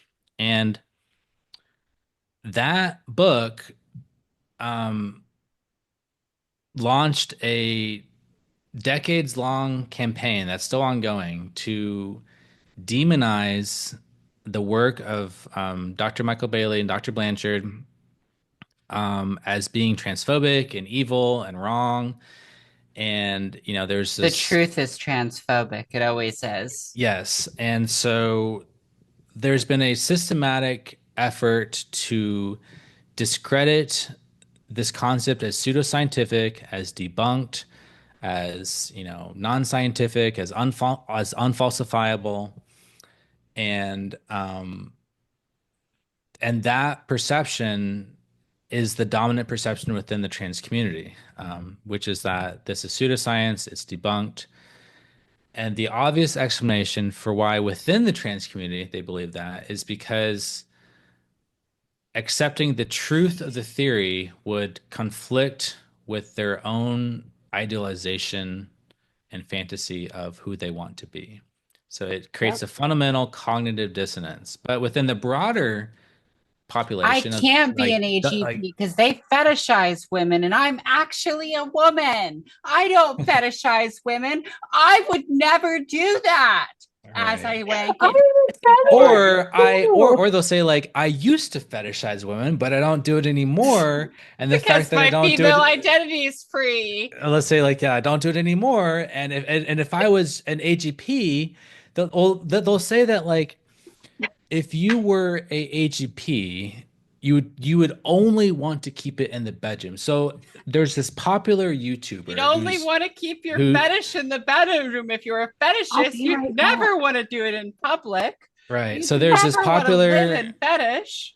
there's this popular trans YouTuber named Icky, who's groomed many AGPs down the transition pathway. One of the primary pink pilling groomers on the internet. Can you explain pink pilling real quick? I know what it is. Everybody else doesn't. Pink pilling is when you basically groom someone into the transition pathway by saying that, you know, you sort of try and plant the idea in their head, or saying like, oh, like your life would be so much better, or like you're probably trans, or like you're an egg, or you know, it's sort of like Add-on question. I get it. You're grooming someone, you're convincing someone that they are yeah, trans, you're cracking their egg. yeah, So yeah. add-on question, is there a reason that pink pilling is so popular in the trans community that there's a term for it? Like, is there some connection between autogynephilia and the concept of pink pilling? Like what's going on there? Why do we have a term for this? um yeah, it's a good question. Because I like mean, I I think kind of see it like I kind of see it as like maybe there's like, you know, Genevieve Gluck tweets about this. Maybe there's an element of like getting off or enjoying the concept of cracking someone's egg or enjoying the concept of guiding someone to this path. Do you think there's anything like that in the trans I don't community? think there may be some who get off on it, but I don't think that's the primary explanation It's for like, why pink. I think the primary you've heard of Bob's explanation. posting? Have you heard of Bob's posting? No. Bob's posting is the guy who started the DIY. Sorry, Lita's gone, so I'm just going to go into the weeds on this with you. I'm Bob's listening. posting I'm here. Go Oh, ahead. okay. Lita's not gone. She's just off camera. Anyway, we're gonna pretend like she's not listening. Bob's posting is the guy who went on the Keffel show, who started God, I can't remember the name. It was a very Catboy popular. Rancher or No, something, no. or Cathal started Catboy Ranch. Bob Posting started the DIY HRT website that used to put those uwu, hentai, yeah, and anime yeah. cartoons I know on what the you're extra. talking about. I can't Yeah, remember the name of the site. It's probably best that I not name it anyway. But Bob Posting became a very prolific, like almost like iconic figure in the do-it-yourself hormone market. And he used to come on Kethel's show and talk about pink pilling, and he'd crack the eggs of the viewers who were watching Kethel's on Twitch while providing DIY resources.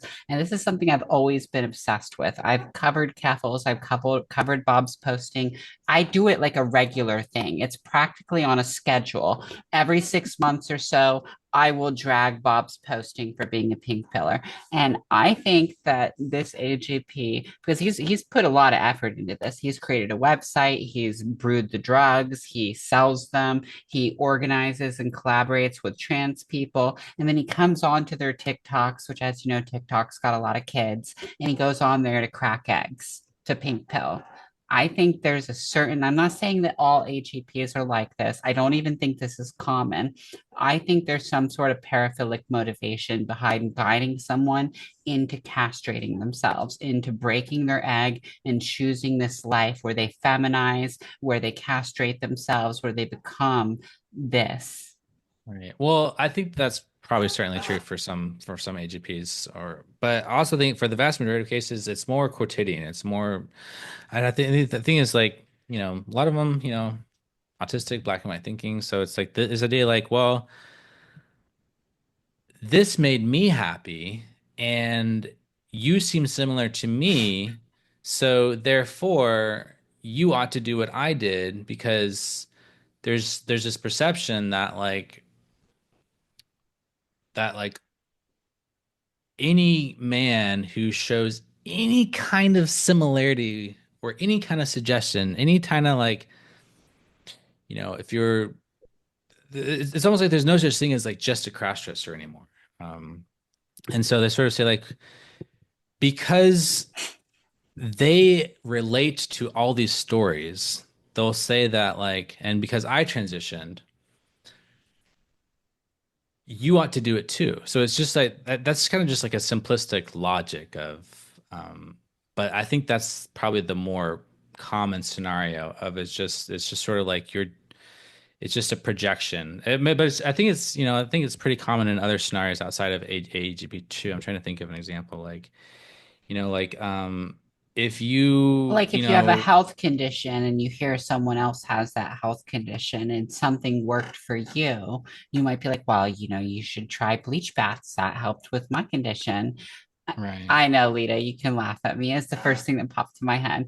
I asked her for You're advice good. recently on a health condition, and she told me to take a bleach bath, which, as it turns out, solved the problem. Um, I didn't take her advice for 2 weeks, though, and then I asked her for the advice again because I'm a man, of course. I literally I asked her for advice, told her about this terrible health condition I've had for years. She takes one look at it, goes, "Go take a bleach bath, idiot." I don't listen to her. I suffer for 2 more fucking weeks. And then I'm like, I'm suffering. I'm suffering. What do I do? And And she's like, I said, did you do what I told you to do before? did you do what And I you told you said, to do 2 weeks ago? and you were like, no. And I said, maybe do that. So I did that. As it turns out, problem's gone. Um, I can't remember where I started with that. So, okay, we were talking about why people pink pill other people, right? Yeah, Why why do people do AGPs? Like, this? what's the motivation to do this? And you were like, oh yeah, it's like maybe if you have a health condition, you talk to other people But with you that health described condition. it, you described someone with a PhD who wrote an entire like book on just convincing people that AGP is not the problem, that transitioning is the solution and the problem is a female identity. That's some dedication to convince other people that the problem that they have is not the problem that they have. Well, It's insane and it's unhinged, is but what it it's is. not. Like it's I don't think the model here is just I think this is where the religious cultic analogy comes into play, because if you're in a cult, um, then and then this cult has transformed your life, or this new religion has transformed your life, you're gonna want to share that with everyone. And already I know people are gonna say, "Well, you're Catholic, you just you're like doing this already." But I'm Catholic too, so yeah, guilty. so They just could say the same thing um, about me. but I do think Well, there's a difference between organized religions and like actual cults, because it's called new there is. religious movements is like a technically studied psychological phenomenon that has distinct psychological and behavioral profiles that are different from organized religion. And in these cultic phenomena, it's common to sort of you want to sort of recruit. So I would say it's recruiting into the religious ideology is probably more common motivation than kind of a paraphilic getting off on it.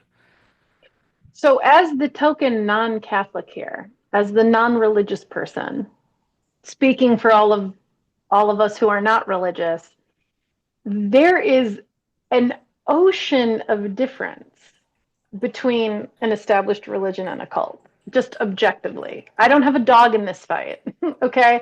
I'm saying that it's very, very obvious to me what the difference is. And yes, I know most Christian sects have, an obligation to proselytize to some degree. There's like a Bible verse about this.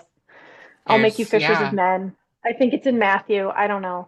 Because I'm not religious. This is just stuff that I've picked up. Yeah, no, Um, you're right. Christians are definitely called by Jesus to spread the message. That's called but that's like a mandate. So that's true. mhm. right, my perspective on this, and I guess I should disclose this. Like, my extended family is Catholic. I was raised by heathens. I was raised not in a faith tradition. But my grandparents attended church regularly, and the sleepovers with friends that I was allowed to have as a kid, all of them went to the same church as my grandparents, which meant if I had a sleepover on a Saturday night, like my ass was in a Catholic church on Sunday morning. So I am by far more familiar with that religion and liturgy than I am anything else. So to a limited extent, I consider myself culturally Catholic, is what I'm trying to say. Um, that said, I'm not religious.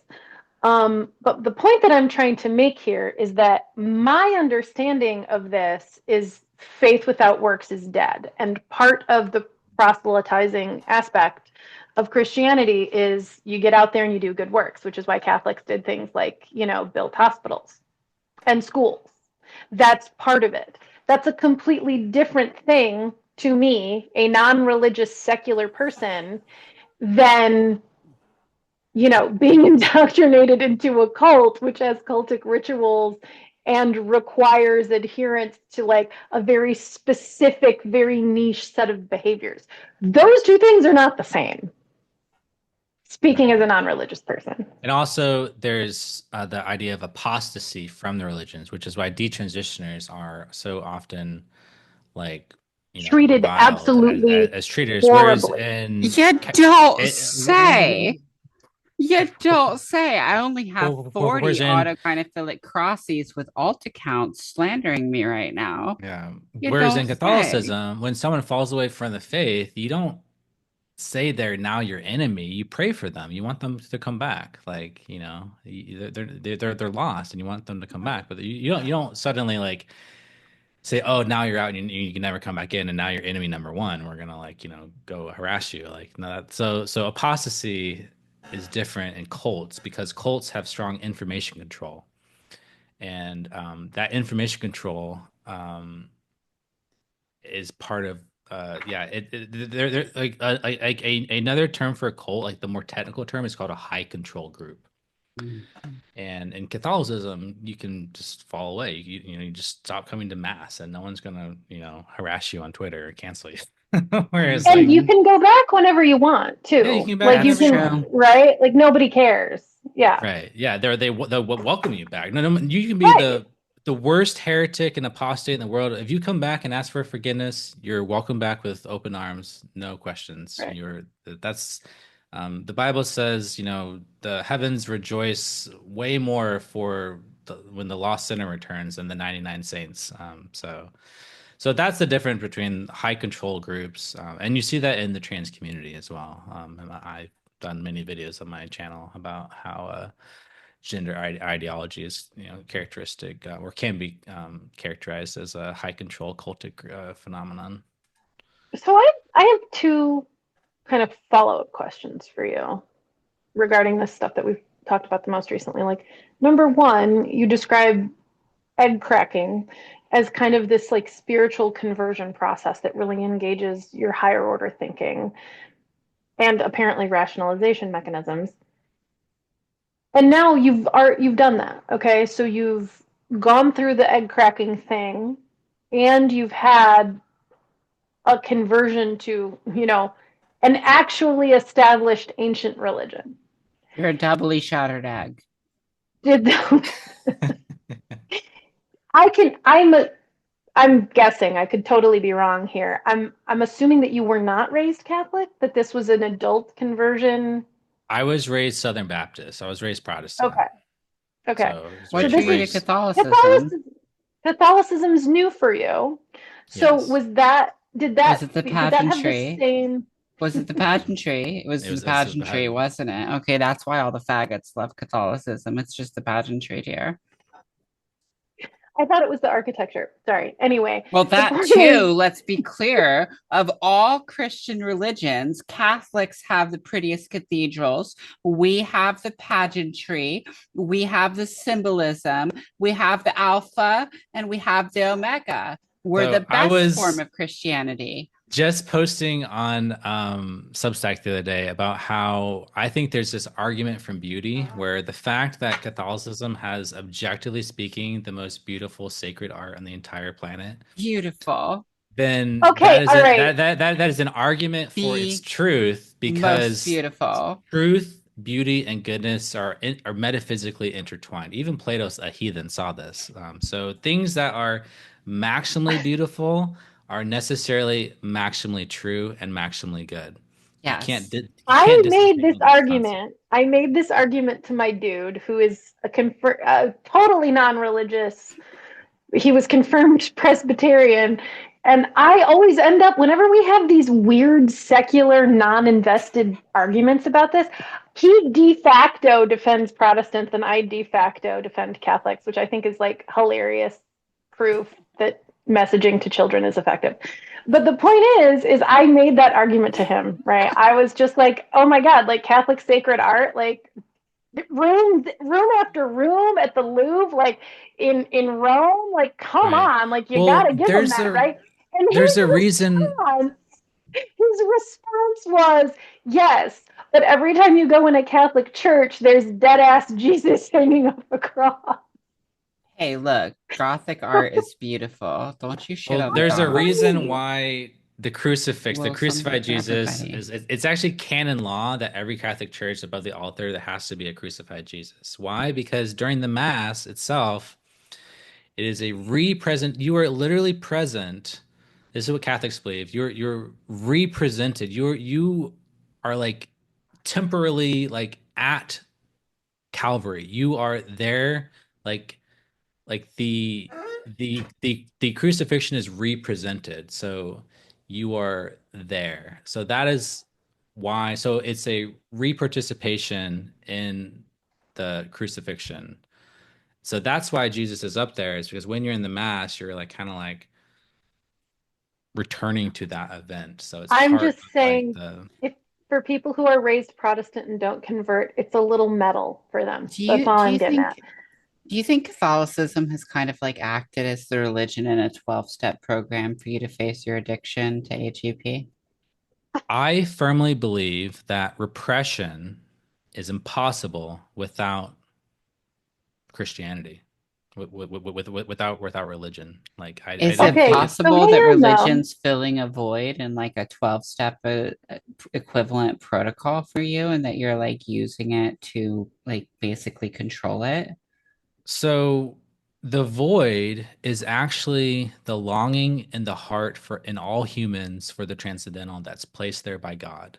So yes, it does fill a void, but the void is real, and the only substitute for that void is something that's actually transcendent to the limitations of human reality. So we all have this longing for the transcendent. We all want to like we long for to get outside of ourselves, to get and so this is why, no amount of watching TV or pleasure or whatever will ever satisfy you. Like, which is why, the This is Buddhist why law. we're really chasing emptiness. Yeah, so the like Buddhists Yeah, recognize that the key to enlightenment was to get rid of desire, because desire right. will always lead to emptiness. You can never satisfy your desires because desires Desire leads lead. to more desire, and at the end of the Exactly. road, there is no end of the rainbow, Right. Which is Hmm. why right? Catholics It just keeps believe, going. which is why C.S. Lewis, one of his arguments for God's existence was this idea that there's this desire for the transcendent in all human hearts, and you wouldn't have a desire for something unless it's real. So we have a desire for food, food exists. We have a desire for whatever. All our desires have natural objects. So the fact that all humans have this transcendental longing suggests that there's an object that's appropriate to that natural longing that's been placed in us. But long story short, going back to your question, like, yes, I think my so when I first detransitioned, I continued to engage in fetishistic behavior, and indeed, like the fetishism ramped up like 1,000-fold after I detransitioned, because my testosterone came back, and also like With now it, that I'm not testosterone fed your sex drive. and like yeah, I fed my sex drive, and also now that I'm not cross-dressing all the time. There's more novelty. When I do cross dress, because if I'm in like wearing guys' clothes and have a beard all the time, then like, you know, 29 days out of the month, I'm like, looking like this. And then that one day of the month, I like, dress up in, lingerie or something. That's going to be so much more exciting versus if I'm wearing, panties and a bra every single day for eight They did years. a BoJack Really Horseman just like subplot addiction. about this. Yeah, just like addiction. It's just like Yeah. addiction. So when I first detransitioned, I sort of thought like, well, I'm just going to keep it in the bedroom. But this is just, it's like it seemed, because yeah, I thought that, everyone masturbates, and like the idea of like not masturbating is like impossible, and like this is like my fetish. So it's like, what's wrong if this is what gets me maximally aroused? Like, what's wrong with like engaging in a kink? Because that's like my kink. It's like that's what maximally arouses me. So it's like in my mind, it was like, well, the problem was that this was, you know, like when it gets into the public world. But if it's just my bedroom, no big deal. But uh, it does have problems when you're dating, trying to, um, I bet. yeah, and I was married at the time, but our relationship fell apart, and like at that point, we kind of had like a platonic. What we were considering our marriage to be platonic, and we kind of opened it up. So I was like, you know, I'm sorry, was this your first marriage or have you been married more than once? I've been married more than once. This is my second marriage. I got my Okay. second marriage was we met when I was trans identified. Okay.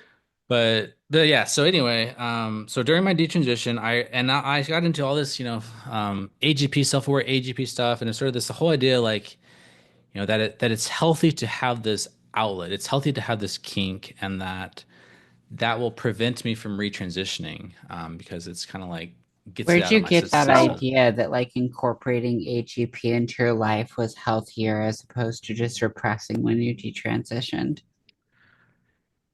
I mean, Phil work, sort of conceptualizing it as like you know, like a sexual orientation that's like perfectly Conceptualizing it as like a n- natural sexual normie, orientation, normal. yeah, it's normal, it's healthy, and the only problem is that it's been stigmatized, and so the whole claim of the base self-aware AGPs is that the problem with AGP is when you identify as a woman, you use women's spaces, you appropriate womanhood, you sort of play in, but as long as you don't do all that, You're then fine. there's nothing intrinsically disordered about acting on your AGP.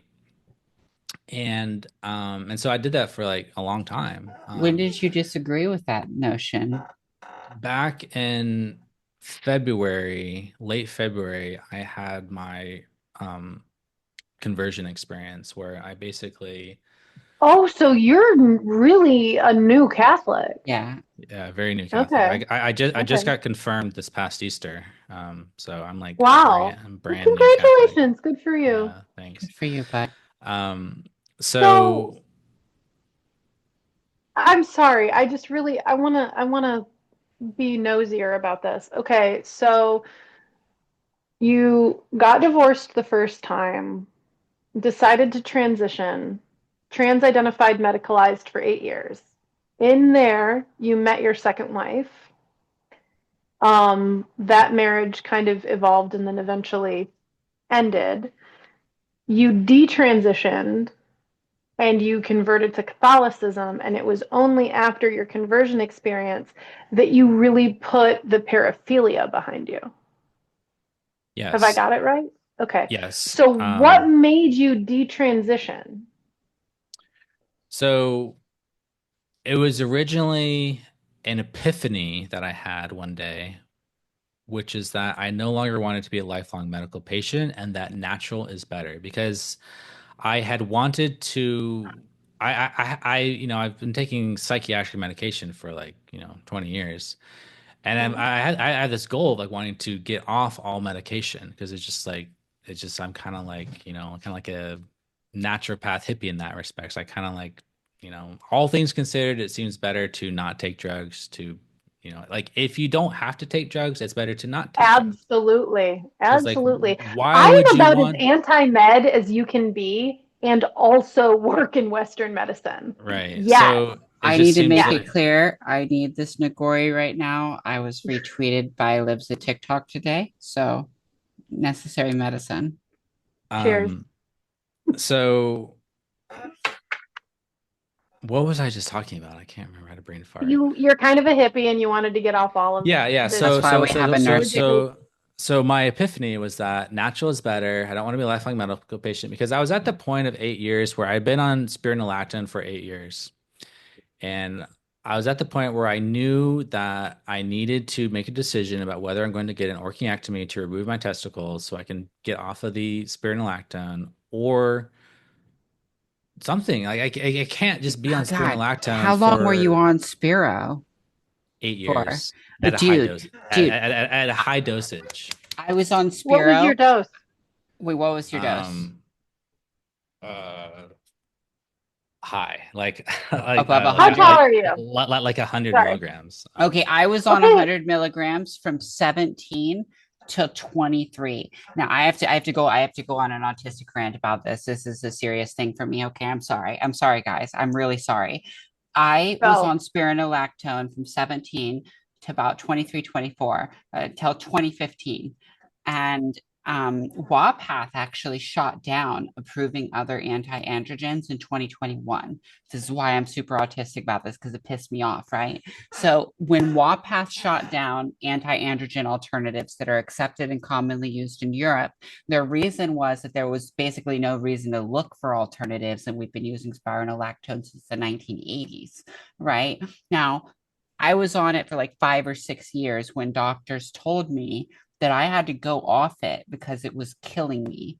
It was causing organ Did you get damage and hepatotoxicity? other issues. I can't remember what it was called. I'm not a medical person. I had like organ issues from the Spiro, and it was Probably causing your liver. it was called, yeah, it was my liver. It was causing all these kinds of health issues. And they basically told me in my 20s, now I've been castrated as a teenager. They told me, they said, Ari, you're gonna have to go off this.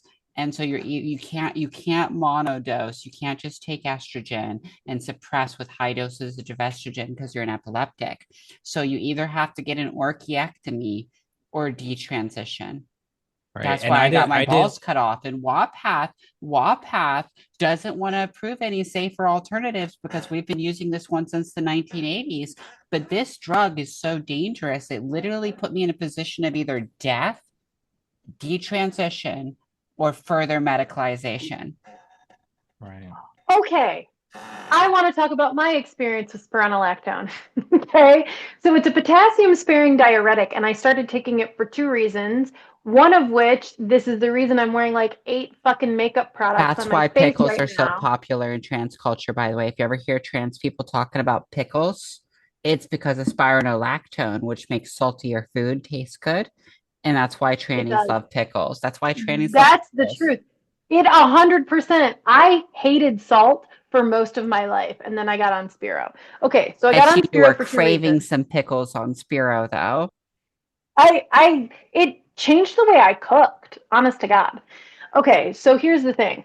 I have really oily, super hormonal, now perimenopausal skin, right? So Spiro is really good for that because it's an androgen blocker. So it clears your skin up. So I got on Spiro because I'm a zitty mess, which is why I have 8 layers of makeup on right now because I'm getting off the fucking Spiro. So I'm broke out AF, right? The other reason, which I feel like an idiot because it took me a long time to figure it out, through the pandemic, It's like true. this She literally started. had to put on makeup before the show. So everybody leave a comment, please, telling Leta how beautiful she is and that she doesn't need makeup to get on camera because it's completely fucking Listen, unnecessary. let my You look skin clear younger up. than I do. You're almost old enough to be my mom. It's This is when you tell ridiculous me for I'm me to almost get on 50, camera. It's right? ridiculous for me to get on camera with a woman who's almost the age of my mom, who looks my age, and then have her go, hang on, I need to put some makeup on. Like, I have time to do this. Hang on, Ari. I've got some I time. have like 8 I've active got zits right now, time. okay? And it's because I'm getting off the Spiro, and it's because I'm old and I'm perimenopausal and my hormones are all over the place, okay? So yes, I'm really broken out because I'm getting off the meds. The other reason that I got on it is because it got a lot worse during the pandemic. I was working 2 nursing jobs. It started honestly when I started working in healthcare. My calves, I had some edema going on. Like my calves got bigger and my feet just ached all the time. And it's normal to have your feet ache after a 12-hour shift. But I'm like doing the compression stockings, and I bought really good shoes and I bought really good insoles. And I would put my feet up above my heart and I did all the things. And I was like, finally, I was like, fuck this. I'm going to take some drugs because I'm pretty anti med, right? So now I'm to the point where I'm like, I am concerned because I've been on Spiro for a couple of years and I had really good skin. It kind of makes your boobs bigger. And like my legs, I got all the fluid off of my calves. I could fit into like normal size knee high boots again. It was great, except for the thing where I need a liver to exist. So I'm You getting need off one the. of those, believe it or not. And you know what? They don't tell you that you need one of those when you start transitioning. They don't tell No, you. Right. no, they don't. Well, in addition to wanting to just not be a lifelong medical patient, another motivation was that I actually had Oh, good luck to you. a Glad pulmonary that you avoided that embolism one. and You had a pan- what I had a pulmonary Oh, embolism on and HRT? yes, and I had a pancreatitis due to elevated triglycerides, which was caused by the estrogen as well. Bro, I'm so sorry. So that happened in like 2020. It took another three So years. 5 years in, you had a pulmonary embolism? Yeah, I was also because I which was is on. potentially deadly. It's Yeah, not Yeah, a those could be small deadly. thing. That can I kill almost you. died. I was lucky because I had it in the Did they link hospital. it to the HRT? Yes, Or absolutely. Also, I had a history of they smoking, so linked your that pulmonary embolism to the HRT? that and a history of smoking. Were you consuming nicotine while you were on estrogen? Yeah. Oh, this is, I've heard this. I have a friend who he was on estrogen. He was a prolific smoker, and he had a pulmonary embolism that shot out his left lung. Like Well, no this more goes left back lung. to my like Apple Watch right now tells me my VO2 max is at the lowest percentile for my age group. So I'm like, my What is lung it? capacity it's like 28. Holy shit. 28? Yeah. So you really have had Bruh, long-term health consequences you from can't this. And breathe. the thing is that a man taking estrogen and Spiro for less. Were you on estradiol? Like, what was your dose? Like Well, I started on pills, then I switched to the injectables. I didn't like the needles. Then I switched to back to the pills. And it was when I switched back to the pills, that's when I had the pulmonary embolism and the pancreatitis. Right, The pills right. Um, increase your risk of that much more than other forms. Yeah. yeah, Much, much more. and Like, then honestly, after I hot got tip. that, Did I you went on know? the Did you? patches for 3 years. I'm on the patches. I have to be on patch form of estradiol. And my seizures went from micro seizures in my sleep, which I had my whole life. This is actually very common people on the spectrum.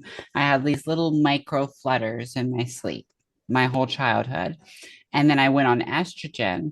2 years later, those micro flutters, those micro seizures turned into grand mals. And I lived with grand mals. Lived with grand mals from 19 till about like 26, 27, and I got them into remission. And it's funny because part of getting them into remission was medical cannabis. The other part of getting them into remission was going off the pill form of estradiol onto patches. And I can't be prescribed any other form of hormone than patches and gel now. So I have to take the T in a gel form and the E in a patch form. Otherwise, I'll start having seizures again. So estrogen, like, was linked directly to making my seizure disorder severe, which So is I would what like to resulted point in me something ending up out. on disability. I So would it like to made me point something out disabled. is that you both, as men, taking estradiol, have had long-term and incredibly severe health consequences because of this. And that I'm not trying to minimize. That's bullshit. It's malpractice. And on behalf of the medical community, I just want to apologize for the fuckers who did this to you because it's disgusting and it's abhorrent. And this is why I started talking about this because this is not care. This is not do no harm. We should be ashamed of ourselves. No one is ever going to trust us again, and for good fucking reason. It's Well, really I do upsetting. want to push back a little bit just to play devil's advocate because I looked up the like research on like what is the risk rate for deep vein thrombosis for males on estrogen, and like DVT yes, and yes, PEs are I not the same thing. it is a elevated risk, but it's not it's a relatively small elevation in the risk profile relative, and also My I ex-boyfriend was a GAMP who was never diagnosed with gynoandromorphilia. His GAMP escalated into a GAMP and he transitioned on me. Within 2 years, he had DVT.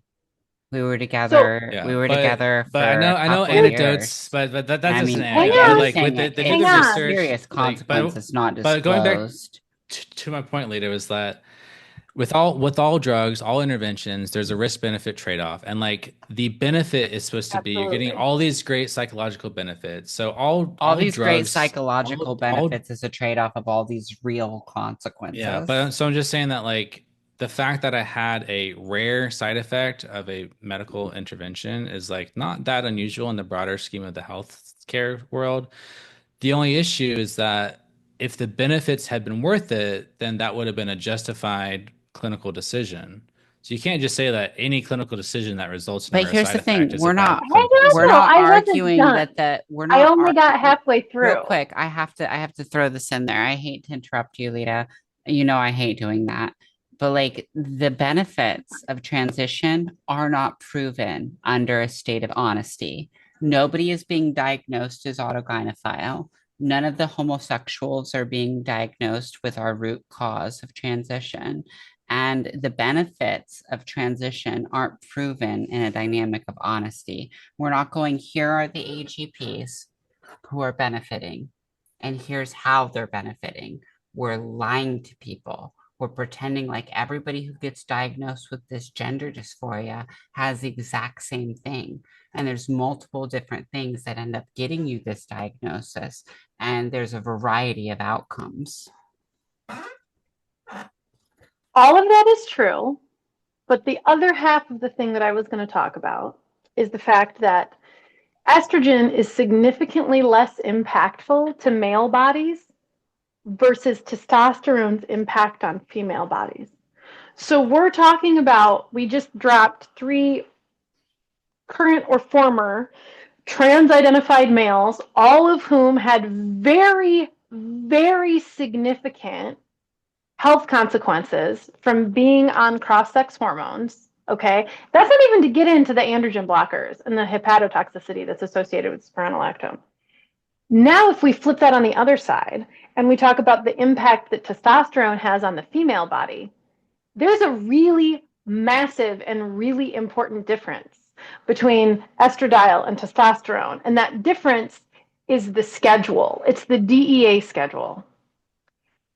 Testosterone is a controlled substance. And what that means is it has a high capacity for abuse. It has a high capacity for addiction. It has a street value, which is why it's not strictly medical. It then falls under the purview of law enforcement as well, because it has a street value. So when we talk about this idea that there is some underlying etiology meaning cause, there's an underlying etiology that is part of trans identification that is something in common with addiction. It's not even just in common when we talk about trans-identified females pursuing testosterone. That is a very, very literal addiction, and that long predates the entire trans phenomenon. Like, testosterone has been a controlled substance forever, way before 2015.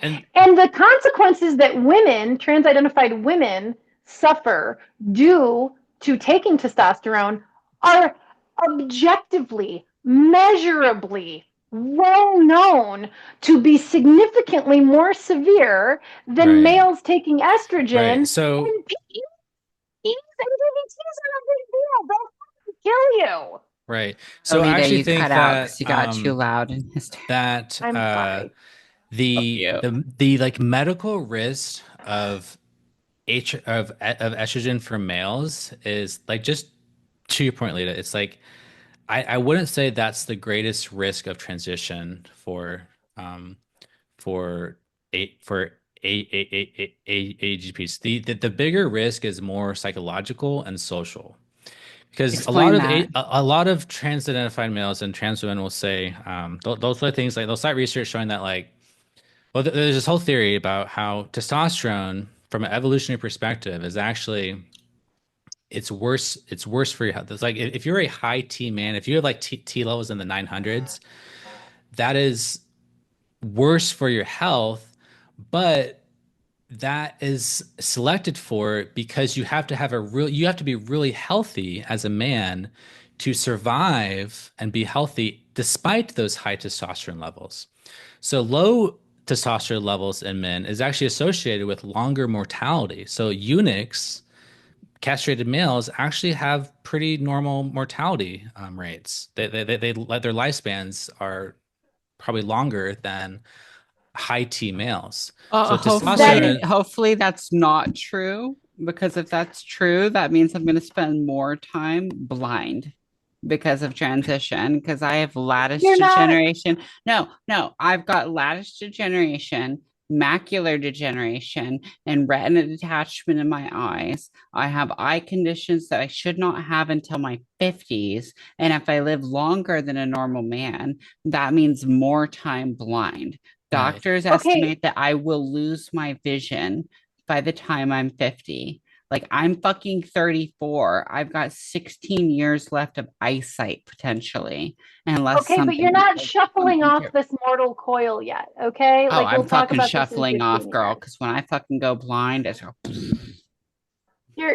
we're not having this conversation right now. We're gonna have it later. Okay. We do have to. We've been going for 2 hours and 15 minutes. Speaking of this conversation, it's getting a little late for me, guys. Like, I'm probably gonna drop off now. I really enjoyed this conversation. This is fun. This has been so much fun. And I'd be very happy to do it again soon. You've been great, Ray. Thank you for accommodating us and being somewhat spontaneous. Thanks for doing this so on the fly. I messaged you about this today, and I appreciate you taking the time, dude. Like, it's really important to me that while I have a shit ton of traction to my profile right now, I use this opportunity to highlight why this lie exists. And this lie exists to hide AGP. Like, the transgender ideology really exists to bury the lead on why people feel this way. And we need to move forward in society with honesty about where trans comes from. The only commonality that males have who transition is AGP. That's the diagnosis that we all should have been given. Like, 92.5% of men who transition should have been diagnosed as AGP, and we're not. And so we have this great construct called informed consent, where we pretend like we're informing people and then we get their consent to ruin their bodies, and we don't You inform can't them of give why consent they feel without the that way. information. You can't give consent while being lied to. And Correct. nobody, they literally told me there's no way CSA could have told you, could have caused this. And my therapist thinks the CSA caused this. I actually didn't. Like, I really expected him to tell me I was a meta-attracted AGP, a gay GP, but he said rape probably caused this, and that childhood sexual assault and blah blah blah being gay led to this. And that's his theory. But regardless of whether or not I'm gay GP, whether or not childhood sexual assault made me this way, some variation of HSTS, I was lied to. You were lied to too. The doctors did not clarify what you were experiencing. They did not go, hey, I know you said you had this idea that you were different. It was AGP. They didn't talk to you about that. They didn't diagnose you with AGP before they Right. gave you But access to these interventions. And not saying the diagnosis should rule you out from this. yeah, I'm saying but that we're not operating in a framework of honesty with our patients. but Or also I responsibility. think, well, yes, it's true. And I think, all good healthcare with this should, let people know that, hey, this is what you have. But as we've seen in the self-aware AGB community, which is increasingly overlapping with the trans community, um, a lot of these AGPs, like, self-knowledge does nothing to remove their desire to transition, nothing But whatsoever. but not even diagnosing it removes the option of any alternatives. Not even diagnosing it removes the option for the person to give Right. consent, But understanding what they're going through. but And what I like want to when we pretend like it's not AGP, we don't diagnose it. We don't look for any alternatives. We're not actually looking at the real right. cause of these But feelings. We're diagnosing a symptom, but not the cause of the symptom. And a lot of right, but sexologists say anybody who feels gender dysphoria and who's male is a type of AGP. So we right, diagnose gender dysphoria. We don't diagnose AGP. right. Correct. But the point I want to make before I drop off is that even if you know you have AGP, this is also a spiritual problem.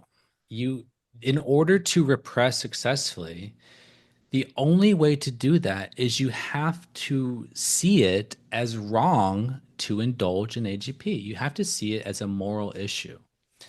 You have to think that to be virtuous, to be a good man, to be a good husband, to be a good boyfriend, whatever, it requires you not to not go down that pathway. So you have to view it in a moral lens in order to have sufficient motivation in order to repress. Because if you don't have that belief that this is wrong to act on, you're inevitably going to fall into the pleasure justification of this feels good and I'm You're not saying hurting it. Christianity prevents Yeah. hedonism, and Christianity provides the moral framework to reject Yeah. fetishizing women and embodying women in Yeah. yourself, and then And tuning also out and castrating and and not mutilating just your that, body in the name of misogyny. yeah. And you need a moralistic system to convince yourself that watching pornography and masturbating is wrong. I have one Uh, final question, real quick, for you, if it's possible. Do you think that the loss of these traditional values, the loss of Catholicism and Christianity and the American system, the loss of shame around being a man who wants to go out in knickers, do you think that's contributing to people tuning out, that we're not shaming this, that we're not teaching 1000%. people these morals? But the thing is, we don't need to teach them the morals because most AGPs feel the shame already in their hearts because it is written on our hearts. Like the moral law is written on our Is hearts. transgender ideology stopping people from shaming people? Is the way that for Yes. example, Leta would frown at an AGP in public if she wouldn't lose her job. A lot of women would. A lot of people would be like, what the fuck? If they weren't scared of being canceled. Is that removing the mechanism that reinforces what they should do? I do think that social element plays a role, but fundamentally, like the authority needs to not come from society, but from above. If you don't think the moral authority is bigger than society, then you're just gonna be like, screw society, I'm gonna be a rebel. But the key But point but here but is if that but you you're saying need that like, moral authority. You need that moral authority to enforce that doing this is wrong, that castrating your body in the name of this is wrong, that cross dressing in public is wrong, that going out in this eroticized state of fetishizing yourself as a woman is wrong. right.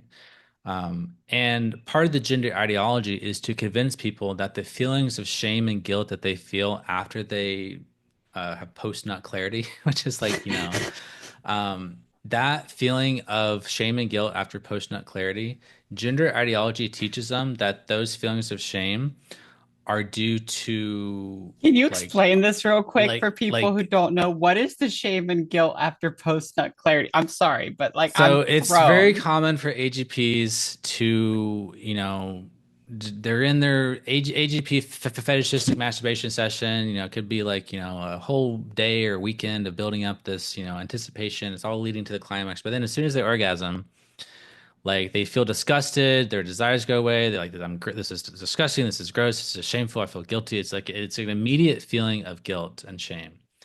That comes from God. And and gender ideology is teaching people that those feelings of guilt and shame, they're actually a result of society being transphobic or something. It's like it teaches you to ignore your conscience and say Right. that, It's like not that you're doing something immoral or degenerate or wrong or that's yeah. against God. It's that society is the Yeah, problem. if I hadn't been raised in this transphobic society, then I would have never developed these feelings of shame about being a degenerate AGP kinkster. Okay, I have been trying hard to listen and not talk, but I have to say this because what you're describing is the classic cluster B inversion that justifies addictive behaviors as well. We have an existing body of research and we have language to explain this secularly. I am totally supportive of your conversion. I'm not against religion. It's not my thing, but really good for you. I mean that very sincerely. But again, for the secular people that are involved in this, I just want to throw that out there. What Ray is describing as like a spiritual sickness, we do have secular language to explain. And I would also like to point out that many, many, many cluster B people or people who have cluster B traits also develop addictions. And I want to end on a message of empowerment and hope. Most people, not some, certainly not all, but most people who have addictions do eventually kick them. They get sober. And they do that very often through a 12-step program where they acknowledge a higher power. Like, again, good for you. But Ray, you've talked about repressing this and having to give it over to something larger than yourself. I think a lot of addicts have that experience.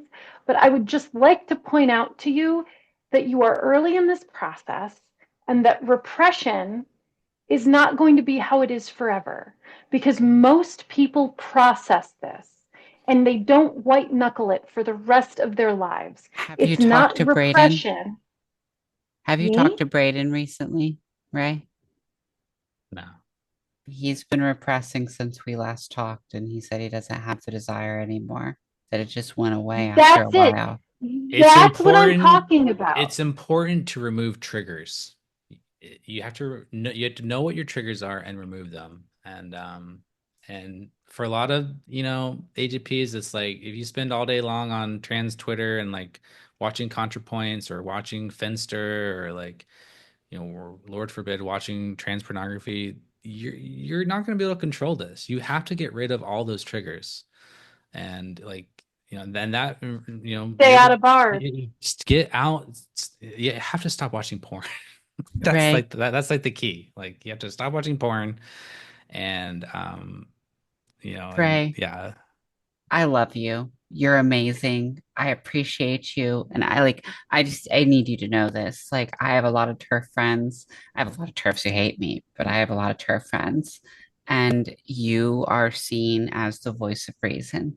You're seen as the one AGP that's doing it right, as the one person who may be able to help other people like you find the right path. And I know that John 50 is a huge thing in the sexology community. I know that a lot of the people you used to associate are cheering for the day that you regress, that you go back and you binge and you troon back out, or you fall into some kind of circle of Well, AGP. I do want to And say, in all honesty, I actually did relapse on AGP. I know, I know And you Relapse did. is but part of recovery. It's a You part of get back on the recovery. horse and you keep Hmm. going. yeah, and And that's like, where Catholicism comes into play, because I literally cannot take Holy Communion if I'm in a state of mortal sin, which indulging in AGP necessarily puts you in a state of mortal sin. So if I want to participate in my sacramental life and be part of my religious life and like partake in go to mass on Sunday, I have to confess. And when you confess, you have to genuinely desire to not do it again. yeah, And so that religious sacramental life is the motivation for me to resist pornography, to resist AGP indulgence, to resist, ordering, clothes off right. Amazon or whatever. Like, and without that, I almost certainly would just get bored one day, or just and Hey, or like I'd be like, oh, I've been sober for 30 days. I'm feeling great today. It's Friday afternoon. Let me go to the dispensary and get some weed. I'm feeling great. I'll just slightly indulge, and then next thing I know, I'll probably be ordering shit from Amazon. And it's like, so knowing my triggers, knowing like and like having a motivation to like stay in a state of like chasteness, and to value that, and to say that it's good, and like and honestly, when I am in a state of grace, free from that sin, like, and I have a streak going and I'm doing good, like, it feels amazing because I have integration. I'm not hiding in the I don't feel the shame in the private, because like You don't the have to compartmentalize. yeah, mm, I don't have to feel shame about my private degeneracy that no one knows about, because it doesn't exist. because it's not there. So, and I can feel like good about myself. I'm not like lying. I'm not like lying by omission, about like, and that's a good feeling. And that feeling of like having a clean conscience, and like not having, and like knowing that you don't have this secret browser history that you being ashamed of people finding out about, You don't need to like, pray that that friend comes over and deletes your browser history when you right, die. exactly. I don't want to know. I love Or you. so, or if I die and someone discovers my secret stash of Sissy clothing or something, like, or like all the dildos I had, like, so it's just like, yeah, so for me, like, Catholicism has been key. And yeah, Like anyway. I'm not saying that Catholicism is the cure, but I'm so happy it's working for you, dude. Like trans Exactly. people That's need exactly how someone I like feel. you who's taking the right path, who's trying, who's not falling into this like cyclical thinking that there's no hope Yeah. if you're an Well, autogynephile but to transition. Well, Like also Yep. the other big we motivator need for people me like you. is, if I ever want to have a healthy relationship with a woman again, I know I need to repress 100%, because Interesting. Why? you cannot be in a healthy relationship with a heterosexual woman and have a secret masturbatory AGP life. You just can't. I imagine that would cause That is problems. That is an inherent conflict. Lita, would it cause problems for you if a man had a secretive AGP masturbatory life that you were dating? I profoundly agree with Ray on this point. Okay, Yes, okay. I I just agree want, with him I 100%. don't know. and So I so just wanted to check with a woman. and so if I was not dedicated to 100% repression,